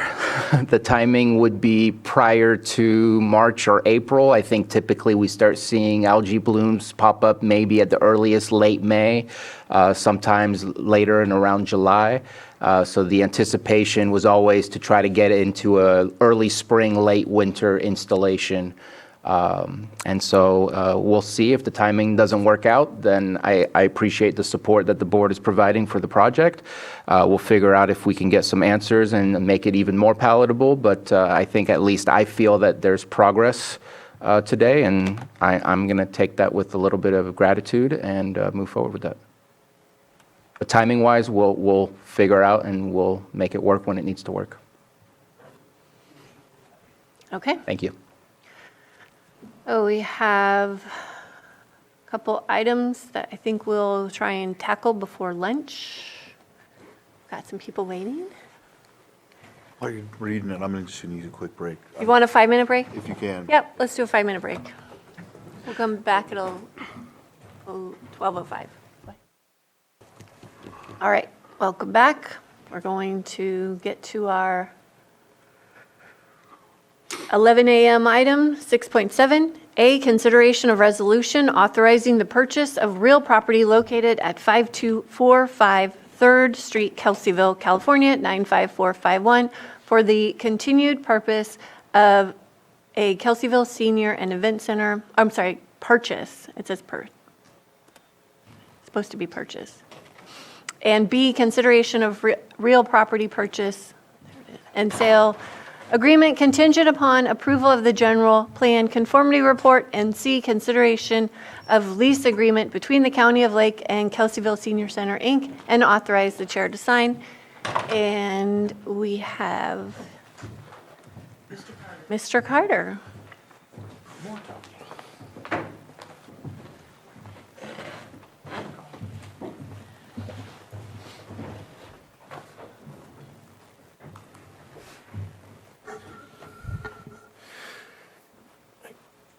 Good afternoon, Board. I was checking the time to see what time it was. Stephen Carter, Assistant County Administrative Officer. So with this item, I wanted to start actually with a memo fix in the first line. Doesn't matter how many times you look at it. Unfortunately, it does say county-owned facility. That is not the case yet. That's the whole point of this item. So I do apologize for that. I did want to start with a little bit of a background before we even get into the A, B, or C, because I know that there's some mixed signals out there. So in 2001, 2002, $200,000 of general fund was granted to Kelseyville Seniors, Inc. for that organization to purchase the property. And there's a short form deed of trust and security agreement, so that literally states county grant. So we just basically were the funder in that purchase, and it was put under their name and their responsibility. And in that same time period, there was a $150,000 federal earmark from Congressman Thompson, and that was to remodel the property at the time. Now, fast forward to 2021, the ARPA committee met in September, and the project was brought up and approved by the committee for $700,000 recommended. The ARPA committee recommended to bring it to the board, and the board has approved that. And later on August 9th, your board appointed, well, I don't want to quite go there yet. At that same time of the approval for the $700,000, I did want to make sure I also stated that all of the other senior centers in the county also received $50,000 allocation from ARPA as well. So it wasn't single out just Kelseyville. And then August 9th, 2022 board meeting, your board appointed Susan Parker and myself as negotiation team. And then on August 19th, 2023, your board increased the ARPA budgeted amount for Kelseyville Seniors, Inc. project from $700,000 to $800,000, and that was approved. Now, before I get into the appraisal and everything else, I do want to talk about the actual item A, which is the resolution authorizing the purchase of the real property located at 5245 3rd Street, Kelseyville, California, 95451, for the continued purpose of a Kelseyville Senior and Event Center. So this is the initial resolution that would need to be approved by your board that allows all of the subsequent actions to happen. One of the key pieces of this resolution that I'd like to draw out is that the last whereas, Lake County will continue to provide opportunities for senior services in the Kelseyville area. That's specifically put in there over concerns of once the property is under county ownership, that we could pull out, do something different. That is one of the assurances that I'll talk about more later in the other agreements of the fact that the county's intention is to provide senior services in this area. So with the purchase agreement, related to that, the appraisal came in February 22nd, 2022 of $320,000. The negotiated purchase price was $117,795. And the way that number was derived was $320,000 appraisal minus the $200,000 security agreement with the county that needs to be satisfied, bringing it down to $120,000. And then the $2,205 was removed for county cost to date, which was appraisal, inspections, and ADA compliance inspections. And then the lease and purchase agreements, they've already been signed by I want to call them KSI because that's what the short for them, has been signed by KSI and the county council. And something that is different on this board item versus when we brought it forward in November is when you're looking at, I believe it's B, where it says pending the general fund conformity report. That has occurred. And on December 12th, the Planning Commission did approve the general plan conformity for GPC 2305, which is for the purchase of the KSI property.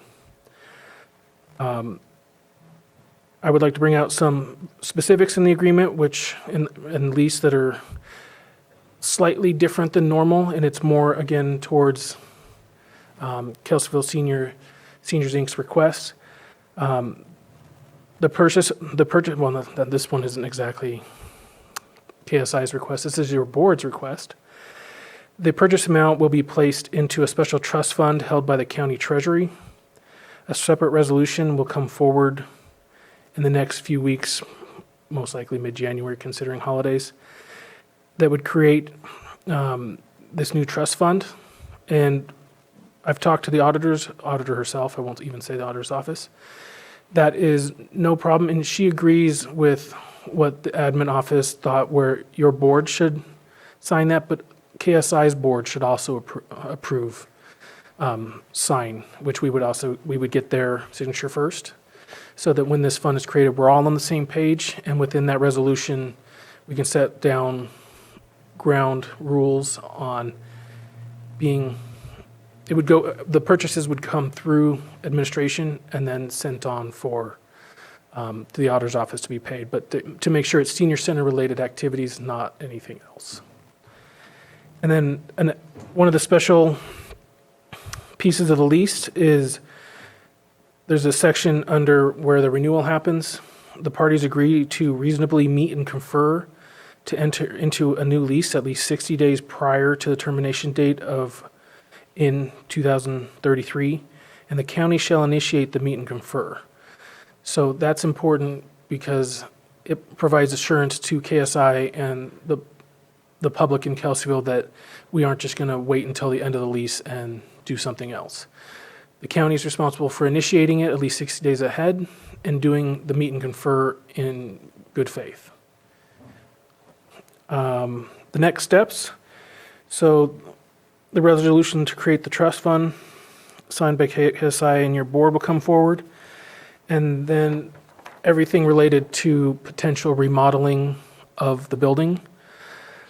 So Lars sent me an email that isn't specific to this project, but once the lease agreement is signed and it's gone and it becomes our property, there needs to be programming, schematic design, design development, construction documents, all the normal things for construction and remodel, and bidding, and we have to be under contract before December 31st of 2024.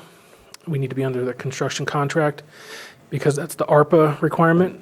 And then the project has to be completed no later than December 31st of 2026 because that's the last date you can use ARPA funding for this.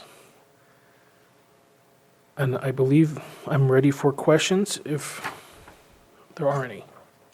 Any questions? Supervisor Sabatier? Thank you for that. Thank you for the history as well, because I agree. I think there's been some contradictory information, but I'm glad that we can clear that up.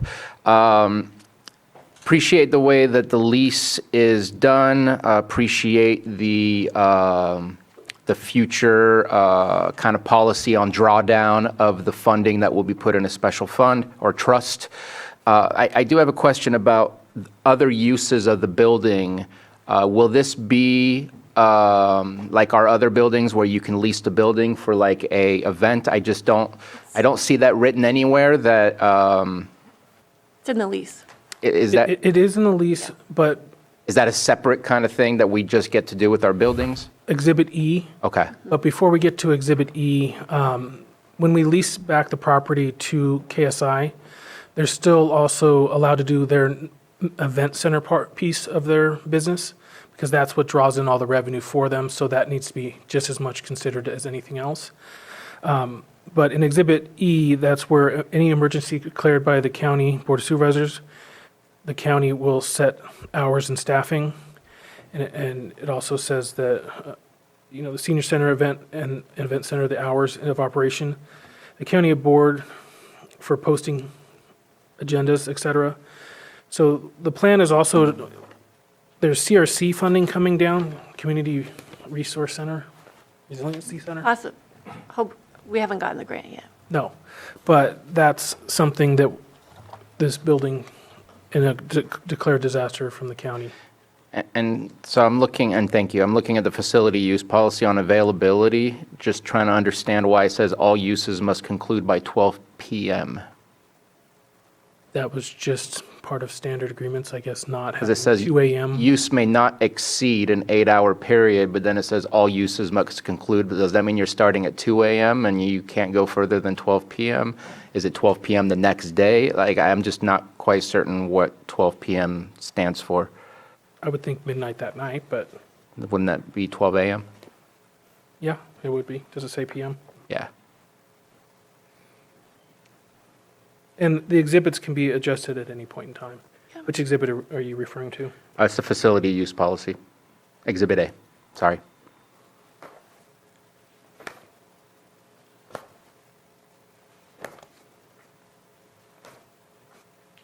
Okay, like 6 pages back, sorry.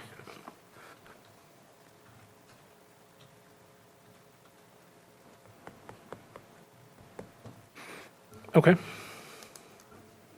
Easily can make that change. My next one is, and sorry if I didn't catch it in there, does Kelseyville Seniors, Inc. have a facility use access past their normal operations if they're doing like a fundraiser? Do they get a free access for 1 to 2 fundraisers a year, or do they go through the same policy that anyone else that wants to use the facility would have to go through? KSI? Yeah. They have full control of the building. Okay. Just wanted to make sure that. We only take control. I thought once they were done with their senior center stuff, that anything else would be additional. No, it's essence letting them can do exactly what they're doing now, with the exception of if there's county declared emergencies, et cetera, so staffing. Well, they have the ability to lease out their space. Correct. Sublease it out if they want to, if it works. But it doesn't mean that their time of use stops. Okay. Supervisor Green? Yeah, just a quick housekeeping item. I noticed some inconsistency in the staff report and the resolution and some of the CDD documents.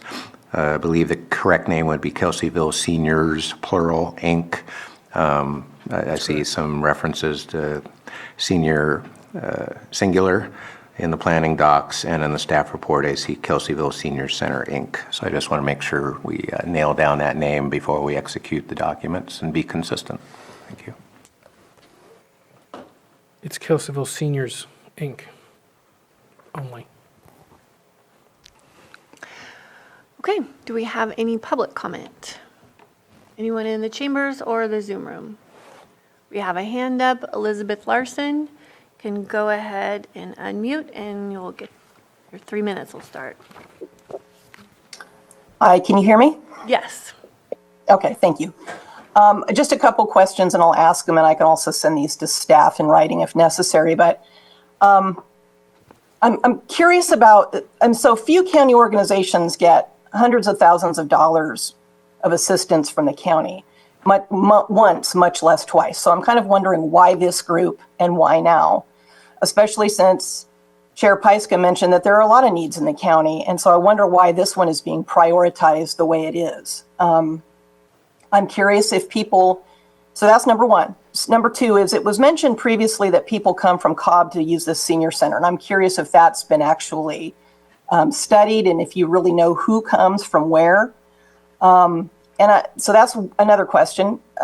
And still another is, for close to $1 million, why not choose another location that's larger and more suited for this use? I mean, this facility has essentially no parking. It's on a tiny lot. And I think it's like 2,500 square feet. It's just not very big for the uses for a senior center, much less a CRC. And I also am curious, is it the county's goal to own all senior centers? You don't now, but it seems like this is some sort of direction. And over the past several years, the county has sold off a lot of properties, especially on the North Shore. And earlier this year, during the discussion about the Lake County Rodeo using county properties, Supervisor Sabatier talked about wanting to review other county holdings and potentially sell more of them. So is this purchase signaling a change in policy direction, or do you even have a policy? And those are my questions. Thank you. I think we can get to some of these. Do you want to start, Stephen, or, okay. So the reason this project was vetted and chosen by the ARPA committee, then brought to the board, was because the senior center, Kelseyville Senior Centers, Inc. has been struggling to maintain an aging building that has a lot of needs. And we were very careful when we were choosing ARPA projects. They had to align with the guidelines, and this is one of the projects that aligns with the guidelines. So we wanted to support the senior centers, and this is one of the projects that we chose to do that, to allow this organization to focus on providing services to seniors.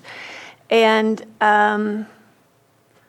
the Cobb visitors, that would be information from the senior center itself. I don't have that today, but you did mention that you're going to be providing these questions, and we can work to get them answered to you by staff. Is there anything else you want to add, Stephen? No, a lot of the information would require some research. Okay, yeah. We do have a facility in Middletown that this is going to sort of mirror and be a smaller version of, but this was an investment that we wanted to make in the town of Kelseyville and for the community and the senior center and the seniors.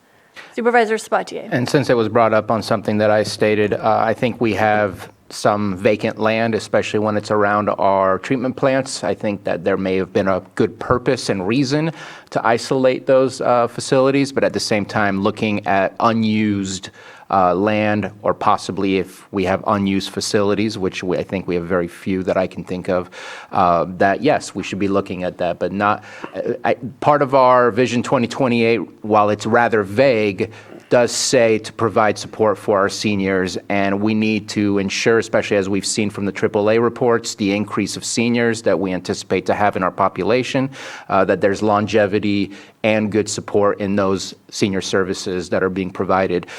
Personally, I really like the Middletown area and the Clear Lake area in the fact that it's a partnership between the local jurisdiction and a nonprofit in order to make sure to work together to provide those services. And I would not mind looking at doing that in other places if that was the case. And I think this is a good opportunity to make sure that there's longevity. There's seniors in the area that would prefer to see that keep going rather than slowly disappear. And I think this is a great opportunity for us to jump in. And specifically the way that the sale has gone, at this moment, outside of the repairs, we're literally looking at a $60,000, $65,000 difference in comparison to what we gave other senior centers, because we gave each one of them 50. Here we're getting our 200 back, and when it's 117 or whatever the amount specific is, when you take out the 50, that's the difference that we're looking at in the way that we're treating that senior center. Except for the renovation costs. Outside of the repairs. Yeah. Correct. And this is an old building like we talked about. You know, I would really hope that we would prioritize having ADA bathrooms for our seniors. There's a lot of issues with this building. We really want to invest in this facility so it will benefit them for the decades to come. And off use, this will be a wonderful place for the community to gather and meet. We talked about scouts using it, different organizations. This is really going to benefit the community, and I'm happy that we can deliver this investment. One more question, Supervisor Green?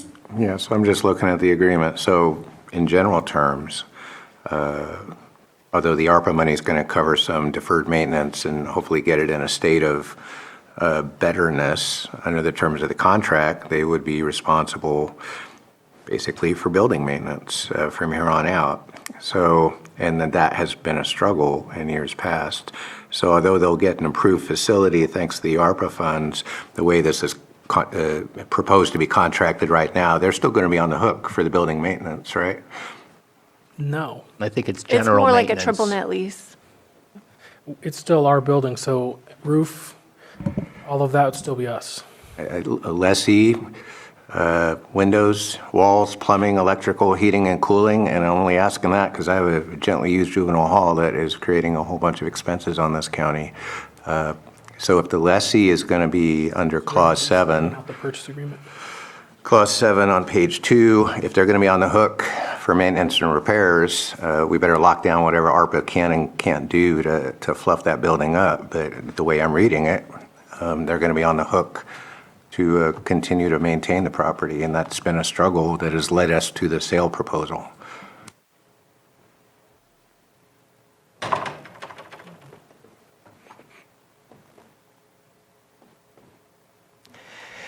The way that I read it is not that. It says in a safe and sanitary condition, as in it will be clean, it will not be damaged. That's just not the way that I read it, and maybe there needs to be some clarification. That's the way I interpret it. That's why I'm Lloyd? waiting for Lloyd. To the extent that it makes specific references, it does reference keeping in a safe and sanitary condition, interior, exterior walls, plumbing, electrical, heating, and cooling systems and appliances. So that's where it gets into the specific, the maintenance obligations imposed on the lessee as it's drafted now. Your board has the option of further clarifying it. The same provision also imposes the obligation on the lessor to maintain the common area, grounds, parking lot, roof, and the building structural integrity.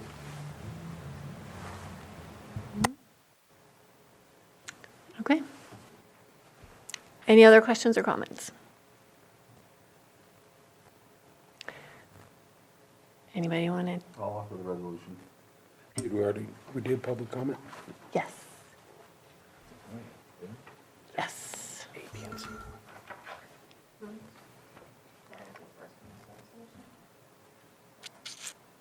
Okay, Supervisor Simon, Yes. Supervisor Sabatier, Aye. Supervisor Crandall, Aye. Supervisor Green, Aye. and Supervisor Pyska. Yes. Madam Chair, I move to approve real property purchase and sale agreement contingent upon approval of the general plan conformity report. Second. All in favor? Aye. Madam. oh, go ahead. Opposed? Sorry. Motion passes. Madam Chair, I move to approve lease agreement between the County of Lake and Kelseyville Seniors, Inc., and authorize the chair to sign. Second. All in favor? Aye. Opposed? Motion passes. Hey, thank you. This has been a big project, so I really appreciate admin for delivering this today. And again, very excited for this investment in the community of Kelseyville for people of all ages. Okay.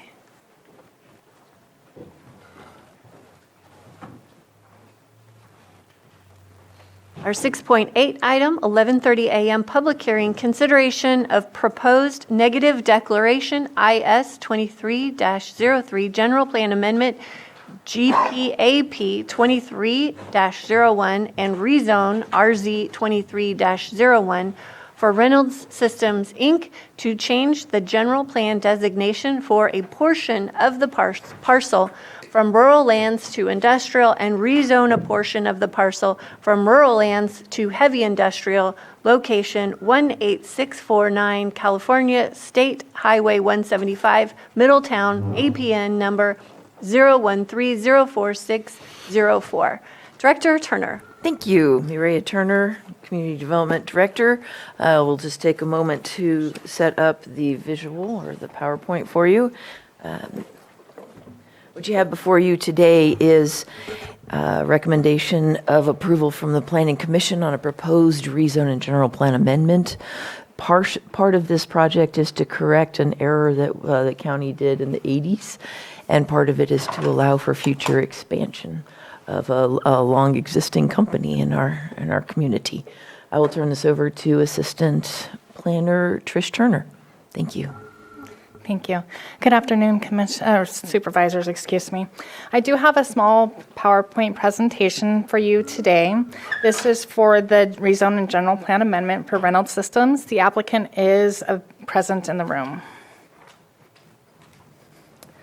The current zoning classification for this particular property is rural lands, heavy industrial, scenic combining district, waterway combining district, and design review.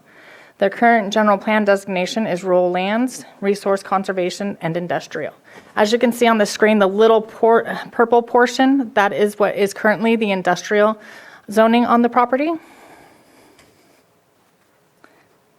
The proposed zoning will expand the heavy industrial section to include the current manufacturing facility and any potential future developments. At this time, there is no proposed development for this project. The vicinity map is the project parcel is around 145 acres. The initial study yielded a negative declaration with no mitigation measures due to the fact that there is no proposed development. Apart from the Geysers Power Company and a handful of residents, there's the majority of the surrounding parcels remain undeveloped.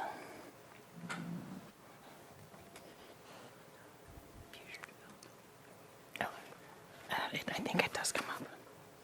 Okay. The project complies with the Lake County General Plan and the Middletown Area Plan, as well as the Lake County Zoning Ordinance. The project analysis, I submitted an initial study to the State Clearinghouse. A negative declaration is the proposed CEQA environmental determination for the project.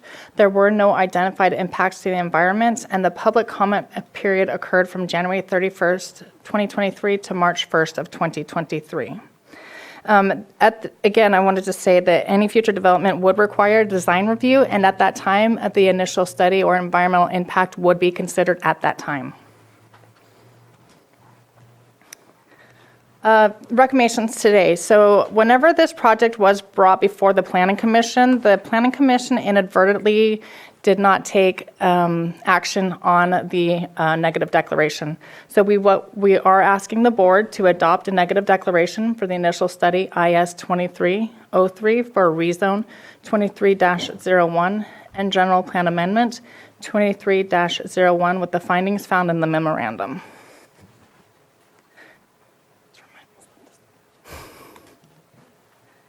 Recommendations that the Board of Supervisors adopt the general plan amendment based on the findings in the memorandum, approve the ordinance for the rezone RZ 23-01 based on the findings in the memorandum. And that concludes my presentation. Do you have any questions or comments? Okay, thank you. Any questions from the board? Never fun to clean up the past, but thank you. Any questions from the public? No? Check the Zoom room. We do have a hand up. Betsy Kahn. Thank you, Madam Chair. I have only one question, and that is that we need to adopt the current hazard mitigation plan and so forth into the general plan. Requires simply another item on your general plan amendments. We talked about this last year as well. I don't think you're going to change what you're going to do today, but I would still like to recommend that the next time you have a general plan amendment brought before you, you add that adoption. It's very important for our compliance with the Disaster Mitigation Act of 2000. Thank you. Didn't the board adopt the local hazard mitigation plan at its last meeting? Okay, cool, awesome. Okay. All right. Well, then I will close public comment and bring it back to the board. Madam Chair, if I may. Oh, yes. And this relates to the sample motions or the motions or approval actions to be made by your board, if your board is ready, unless there's further I discussion. think we're ready. And because this was continued over from the November 28, 2023 hearing, so a number of these are just procedural matters that needs to be clarified. For the negative declaration approval, it would be a motion for your board to adopt the negative declaration IS 23-03 for Reynolds Systems, Inc. for the property located at 18649 California State Highway 175, Middletown, APN 013-064-04, based on the findings set forth in the board memorandum dated December 19, 2023. So moved. Second. All in favor? Aye. Opposed? Motion passes. And for the second board action, that would be the general plan amendment approval. Since there is a resolution that was included in the agenda packet for your board's consideration and approval, the date stated in the resolution on sections, on the last paragraph of the resolution should change the date from 28th day of November 2023 to 19th day of December 2023. And with that amendment, your board may offer the resolution as amended to adopt the general plan amendment GPAP 23-01 for Reynolds Systems, Inc., located at 18649 California State Highway 175, Middletown, APN 013-064-04, based on the findings set forth in the board memorandum dated December 19, 2023, as amended. I offer the resolution as stated, as amended. Supervisor Simon? Yes. Supervisor Sabatier? Aye. Supervisor Crandall? Aye. Supervisor Green? Aye. And Supervisor Pyska? Yes. Thanks. Then for the third board action, since it references, it relates to the ordinance, it would be a motion to twofold action. First one would be a motion for that the reading of the ordinance be waived and the title only be read. So moved. Second. All in favor? Aye. Aye. Opposed? So it's an ordinance amending section 21-3.7 of chapter 21 of the ordinance code of the County of Lake by adopting a sectional district zoning map number 3.7B1. And I think we're on 406, so this one would be 406.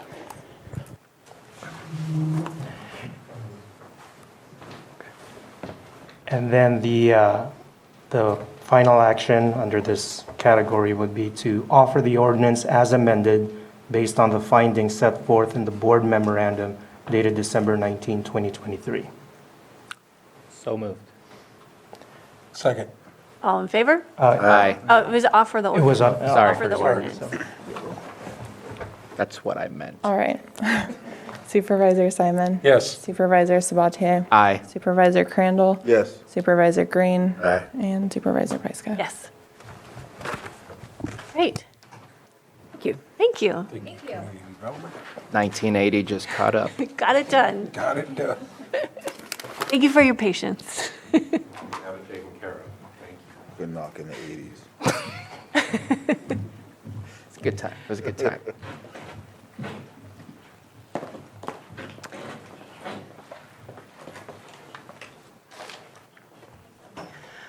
Okay, 7.2. Do we want to do this now? Yes? Okay, everyone's okay to do this now? Okay, 7.2, consideration of presentation of the compliance and fiscal audit of the Elijah House Foundation.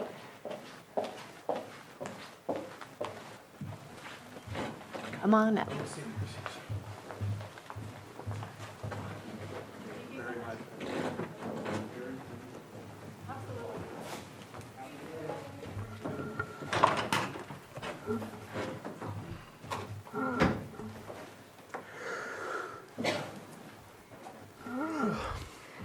Hello, Casey Moreno, Deputy County Administrative Officer. With me is Stephen Carter, Assistant CAO, and Scott Abbott with Behavioral Health. So we are here to present the compliance and fiscal audit for the Elijah House Foundation. At the September 27th, 2022 board meeting, your board directed staff to contract with an external auditor to perform a compliance and fiscal audit. Quotes were requested from multiple audit companies, and unfortunately, none were received. The continuum of care then took over the reporting portion of the compliance audit, while the administrative office took over the fiscal audit, which included review of 100% of documentation. The audit took longer than expected, a little over a year, due to multiple reasons: staff turnover, lack of response from Elijah House, and inconsistency with reporting methods. Through the fiscal audit, the ESG grant, which funded the rapid rehousing, which was originally paid out of the ESG grant, was then determined Elijah House did not follow the correct reporting, so that will need to be refunded. Otherwise, all costs have been validated.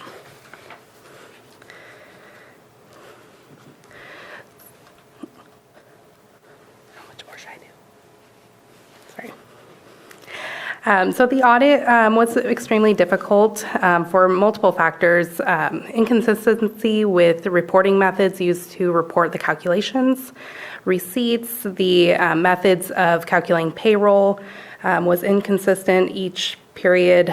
There was multiple requests for additional documentation, and they were mostly able to provide enough adequate documentation. They also provided quite a bit of documentation that was irrelevant. So that is the overview of the fiscal audit. Do you want to add anything for program?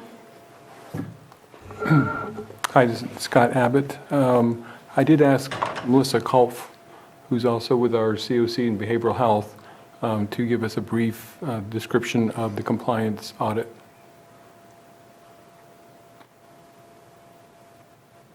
You're on mute, Melissa. Hey everyone, my name is Melissa Kopp. I am the senior staff analyst for the Lake County Continuum of Care with Behavioral Health. The compliance auditing that took place for the performance evaluation, everything, all their data ended up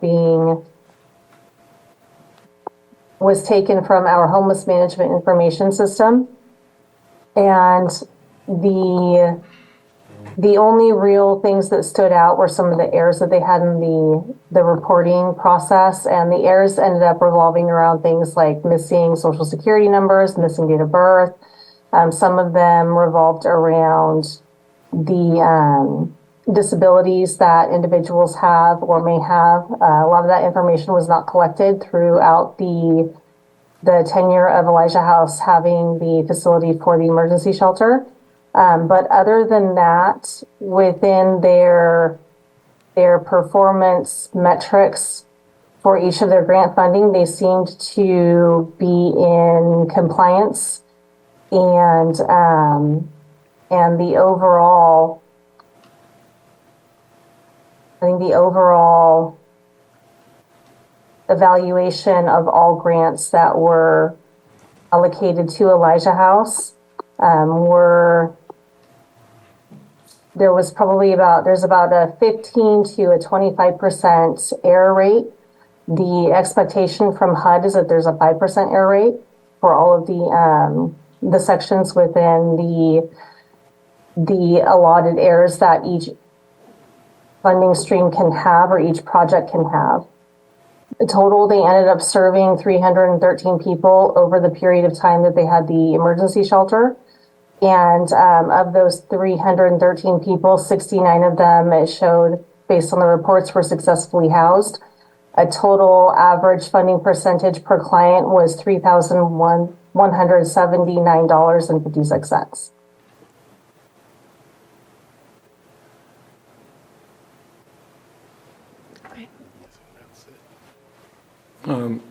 I also had heard, I had originally invited Elijah House to be here today, invited them, and they sent me an email this morning saying, due to other business matters, we will not be able to join the board meeting today. We did review the document, and the auditor submitted stating $23,268.15 were ineligible expenses, and that we need to repay back $3,983.55 for rapid rehousing.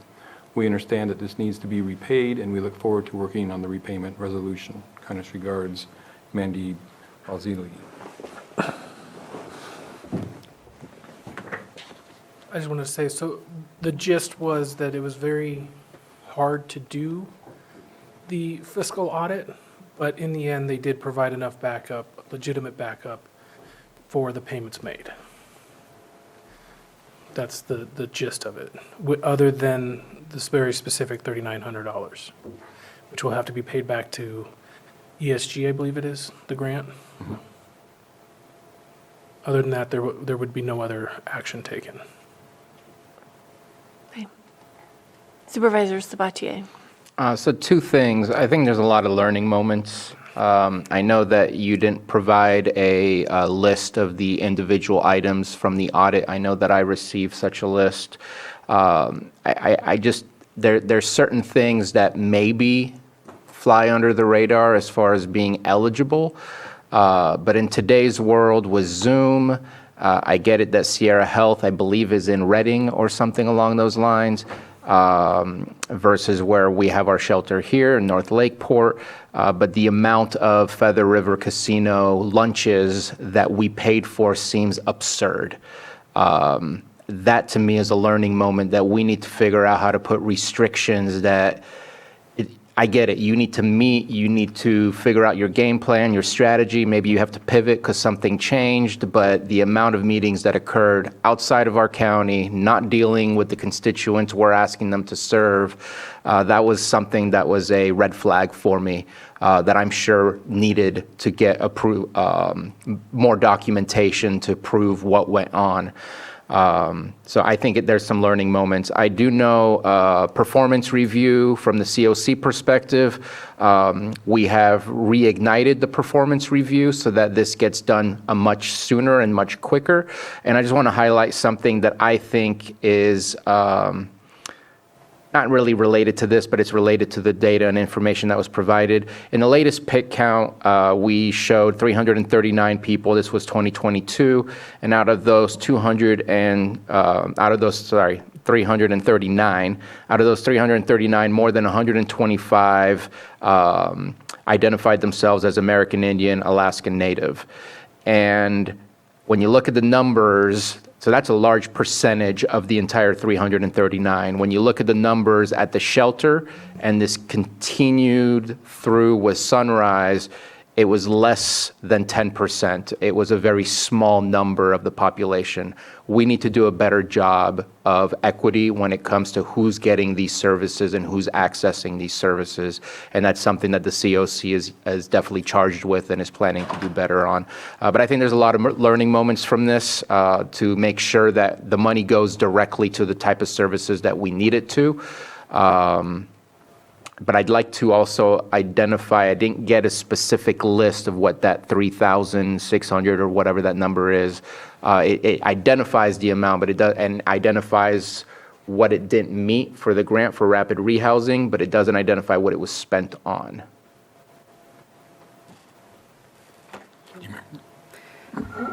So those were, there was multiple checks that were issued to house individuals, and that would have been eligible. However, they didn't provide all the data points, Elijah House didn't, to justify why they spent the money. So it was like a down payment, I believe. Right. ESG standards, this was paid out of the ESG grant as mentioned, actually ESG COVID grant. That particular grant requires ESG standards, federal standards, and which means that they have to have all kinds of data points within the charts. You know, there has to be certification that they are homeless. There has to be lease agreements, and you know everything that's required for that grant, and they just did not have all those data points. And so therefore, according to HCD, those costs are ineligible. Okay. I'd still like to see just a list of all of those things. Is it 1? Is it 2? Is it 10? I'd just like to see It's just like 2 or 3, actually. I believe it's 3, yeah. 3. And we have that. Please, thank you. Supervisor Green. Yeah, appreciate this. I guess I need some education. One on the history. Is this a routine audit or was this a special one-off?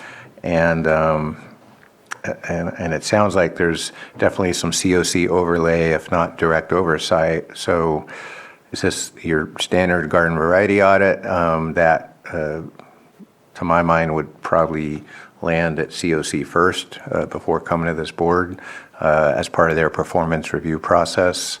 Because again, if there's repayments that have to happen and they do or don't happen, is there there are certain sanctions that can happen under the COC process, as far as if they hypothetically were doing another bid, maybe they wouldn't be eligible to do that. So I want to make sure I totally understand this audit in terms of the COC process and how it might work, on today and then looking forward. There's going to be future audits, I'm sure, with other providers. So that's one question. Where does this fit in the COC process? And the second question is just housekeeping. I saw some charges on 16 of 20 for some utilities, and it looked like they were pass-through charges from Lake County Probation. So I assume they still have ownership of that building, and I just had a question on how those bills were handled. But we asked for this audit. Correct, that's why, This board asked for this audit. And when was that? September. It was September 27th of '22. It's on the memo. right. And no, this is not normal by any means. We do, like this one was done by the administration office, which is very abnormal. But that's because no vendor in the community submitted quotes, and we physically called many of them, and it wasn't something they wanted to take on at the time. And auditing 100% of expenditures is not common at all. When I would do other audits for social services, for example, you audit like 20% or less, and you make sure that they're doing things properly. That's a normal audit. 100% is not very common. That means that your board or someone thinks something is possibly wrong, and it becomes a forensic audit. Okay, so follow-up question, whether it was a one-off for whatever purpose, is it appropriate? It sounds like COC is well aware of all this already, but would this audit be sent to COC for any possible follow-up as far as, again, whatever performance standards or whatever COC stuff might apply based on this information? Because I don't see a recommendation to present this to COC formally. What- It does impact future performance.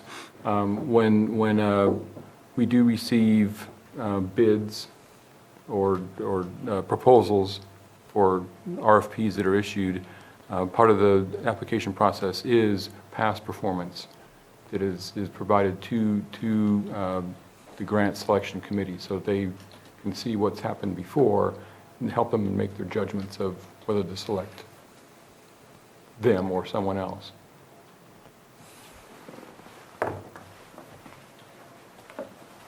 Maybe I didn't state the question right. I do think that the COC probably should be presented this data. Well, I think they'd be champing at the bit, would be my prediction. But that's not how this audit was ordered up, and I don't see a recommended action that would do that. So I guess I could seek board consensus to say they obviously would have an interest in this. So I'd love to see a formal referral to them, if only they can process it themselves using the COC lens. Supervisor Sabatier? I just want to say I agree that this is definitely a conversation so that the COC can at least be made aware of the findings.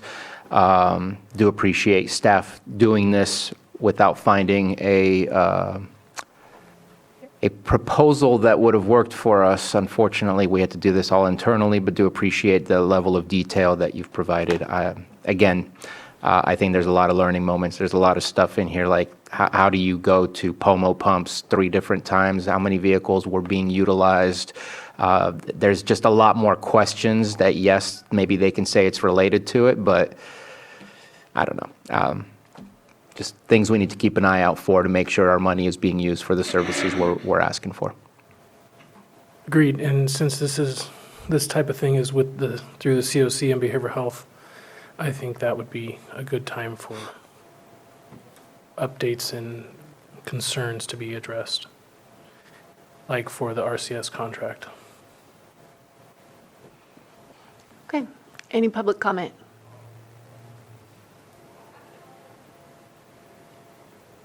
Not seeing any. I'll bring it back. Supervisor Sabatier? Yeah, just a quick question. What is our timeline for, it's not a whole lot of money, but for getting the $3,000 approximately? They look forward to working with us. Basically, once this is done, I think we would invoice them. Okay. Scott, do you know when ESG is expecting the funding back?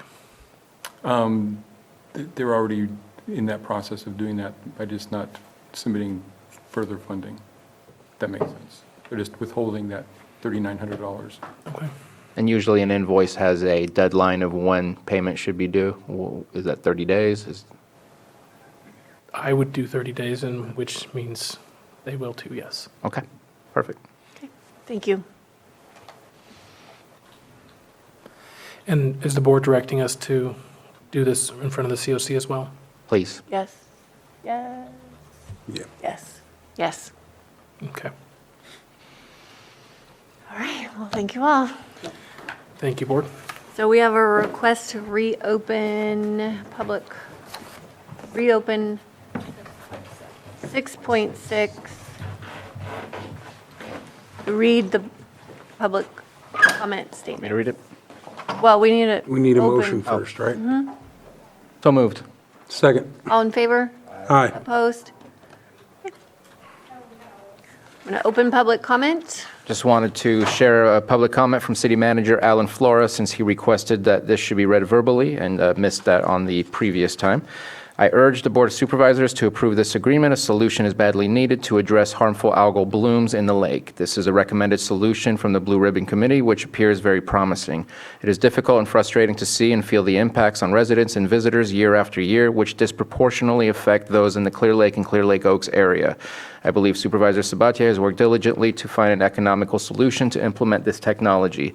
This price is a small amount to improve the health of our most important resource. Too long has been spent talking about what could be done. We need action. Please approve this agreement for our community, the reputation of Lake County, and the health of our lake. Thank you for reopening for that. Okay, so now we'll close this item, and we've just got Callan. Wait a minute. A hand up. Betsy Kahn? Thank you, Madam Chair. Betsy Kahn. Again, I would like to reiterate the need for the city of Clear Lake to address its unaddressed drainage systems contributing to the pollution of the lower arm of the lake. Thank you. Okay. Okay. Calendars. Who's ready to start? I'll go. If we get out in 1 minute, I can make the 90-day dash meeting for Hope Rising, working with public health on that. Then I'm meeting with social services tomorrow to discuss some, not concerns, but some misunderstanding. Looks like I'll be able to make a Middle Creek Restoration Project meeting tomorrow with the Army Corps of Engineers.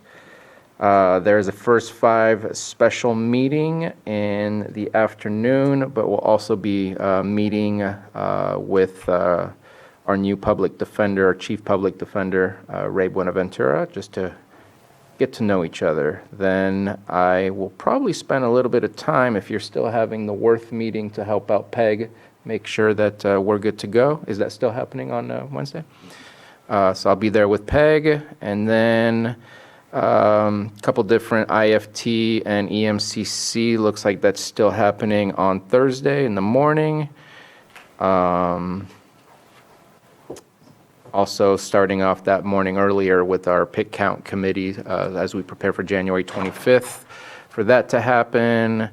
Having a call from McGuire's office, then the COC strategic planning as we complete our strategic plan for the next 3 years, and then going to a city council meeting. And looks like right now, it looks like our Hope Rising meeting was canceled on Friday. It may still be there. I'll have to check in, but that's all that I have for that week. And then happy holidays. Merry Christmas. See you next year. Yeah. Middle Creek tomorrow, project delivery team meeting, West Region Town Hall in the evening. I have a meeting at 1:30, government to government discussion. I don't know if that's still going, but we'll figure that one out. And then Friday, I'm going to meet with some folks at Lucerne Alpine Senior Center, and then be out for the holidays. And thanks. Saturday, I was able to attend Wreaths Across America at Hartley Cemetery, a great ceremony, and I learned a little bit about the organization, and I was able to place some wreaths in Fresno and Saratoga, where my parents are buried. Tomorrow, we'll have update. There's a biweekly update meeting held for the Lakeport Shelter, so I hope to tune in on that. The early reviews are good. Definitely there's been some teachable moments as we've plowed through the ever-growing maintenance checklist, but we really slayed some dragons, and as mentioned earlier, the washer-dryer units have really helped out, so I was glad to be able to assist in that.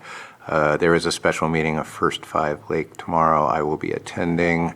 As far as I know, Thursday's IFT and EMCC have been canceled. And I hope to be able to tune in on the PIT committee meeting just because they are ramping up and that PIT count's pretty important. And I think, and Mayor Matina stopped by. I was able to help the city with their holiday tree in the park, and I was very happy to be able to do that. And I want to point out the much larger investment the city has made in bringing Kabatan Community Park to fruition, multi-year effort, and it's just a great feather in the cap, not just for the city, but for the region. And so I think that was a good addition to that. And that's all I got. Finishing up with the meeting today, got some, just got to return some calls from some constituents down in my area with issues they're having. Have another follow-up project too with Valley Oaks development. Got a meeting with some of them today or this afternoon, and then that's really about it. Don't have much going on. Don't have any scheduled meetings. We have the Christmas holiday next week and then the New Year, so Merry Christmas. Everybody has a good holiday. Just have a few things to report on from last week. The Build graduation, Supervisor Spatier and I went to, and that's the program that we funded through ARPA and through NCO. It's just so incredible. There were 6 graduates. This was the second time all six people, the whole class made it through graduation. And although it's a small group of people, you really can sense the generational change that's happening as they have tools and confidence and life skills to enter into the workforce and be really, really productive and contributing members of our community. And not only that, but they were able to repair red-tagged homes, people experiencing homelessness transitioning into housing, and repair some other homes that were damaged or people couldn't live there, and they were able to get home for the holidays. So that is, that's our second graduation. And I just really want to thank this board for prioritizing that funding. It is a critical investment into our communities, and maybe we can rotate those graduations so that you all can experience it, because it's really, really something special, and the staff there is truly incredible. The bookmobile, who's been on the bookmobile? Well, I went to one stop. It stopped twice in Cobb and Kelseyville last week. You got to get on the bookmobile. It's incredible. There's so many people that use it. My opportunity was last Tuesday. I was right here in this seat. Yeah, well, get out there. The welcome tour is going to wrap up, and then they'll be out on their new locations. But it is very, very cool. I did post a video of Christopher giving a tour, if you want to check it out. That, again, incredible investment for our community, especially those of us that live in the outer reaches. Then Friday, I went to Sacramento for the Wildfire and Forest Resilience Task Force meeting, which was all about fire-adapted communities, which is something that we do a lot of work here, and some of the pilot programs that have been created from that task force are being tested here. So it was really, really great to be there and know that the people that are presenting and doing that work have funneled many, many millions of dollars into our county.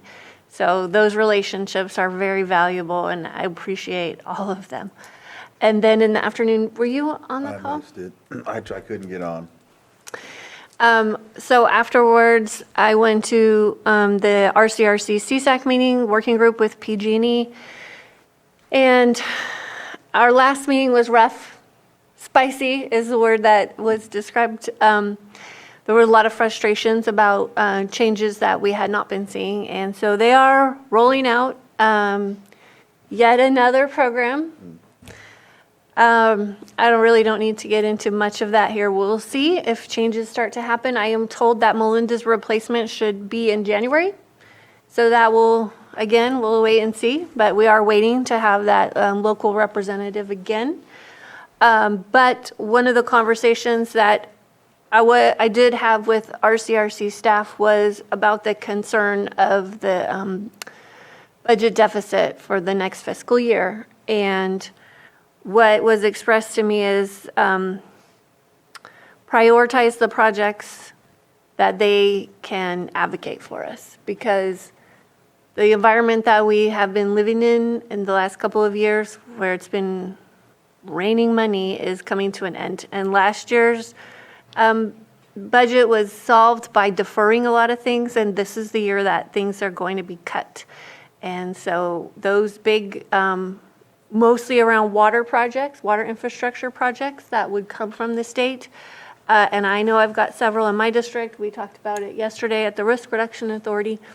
If you've got water projects in your district that are very critical, we need to let our advocates know that we can, that funding can't be compromised.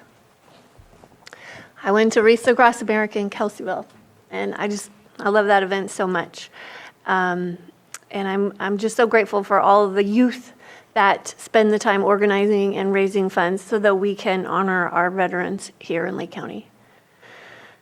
And last night, after the Risk Reduction Authority meeting, I went to the year-out closing event for the Cobb Mountain Watershed Forum, which was at Mandala Springs. And this has been a year of collaborating and building curriculum and working with a lot of different partners, Ziegler Springs Community Redevelopment Association and Big Valley Tribe, Terra. It was a lot of working with landowners who who are on the creeks that flow from Cobb Mountain, the top of the watershed, into Clear Lake, and testing water along the way, and helping landowners understand how that they can steward their property or their land better to increase the health downstream and into our lake. It was a busy week last week. Tomorrow we will not have a gender review, but I do have a meeting for a CAL FIRE grant discussion with RCD. I have 2 calls with constituents. I'm not sure that the home hardening meeting will happen. Thursday, I've got the law library, our government-to-government discussion. I have a Cabaret Council in the evening. And then Friday, I am taking off for family. So this is the end of our year. This is our last meeting. And I don't know if anyone's still out there with us, but enjoy your family. I know our staff is going to be taking some time off. I really love that we can prioritize that for everyone to have that time of rest and celebration, and however you may do that. So thank you so much. Happy New Year. Yeah.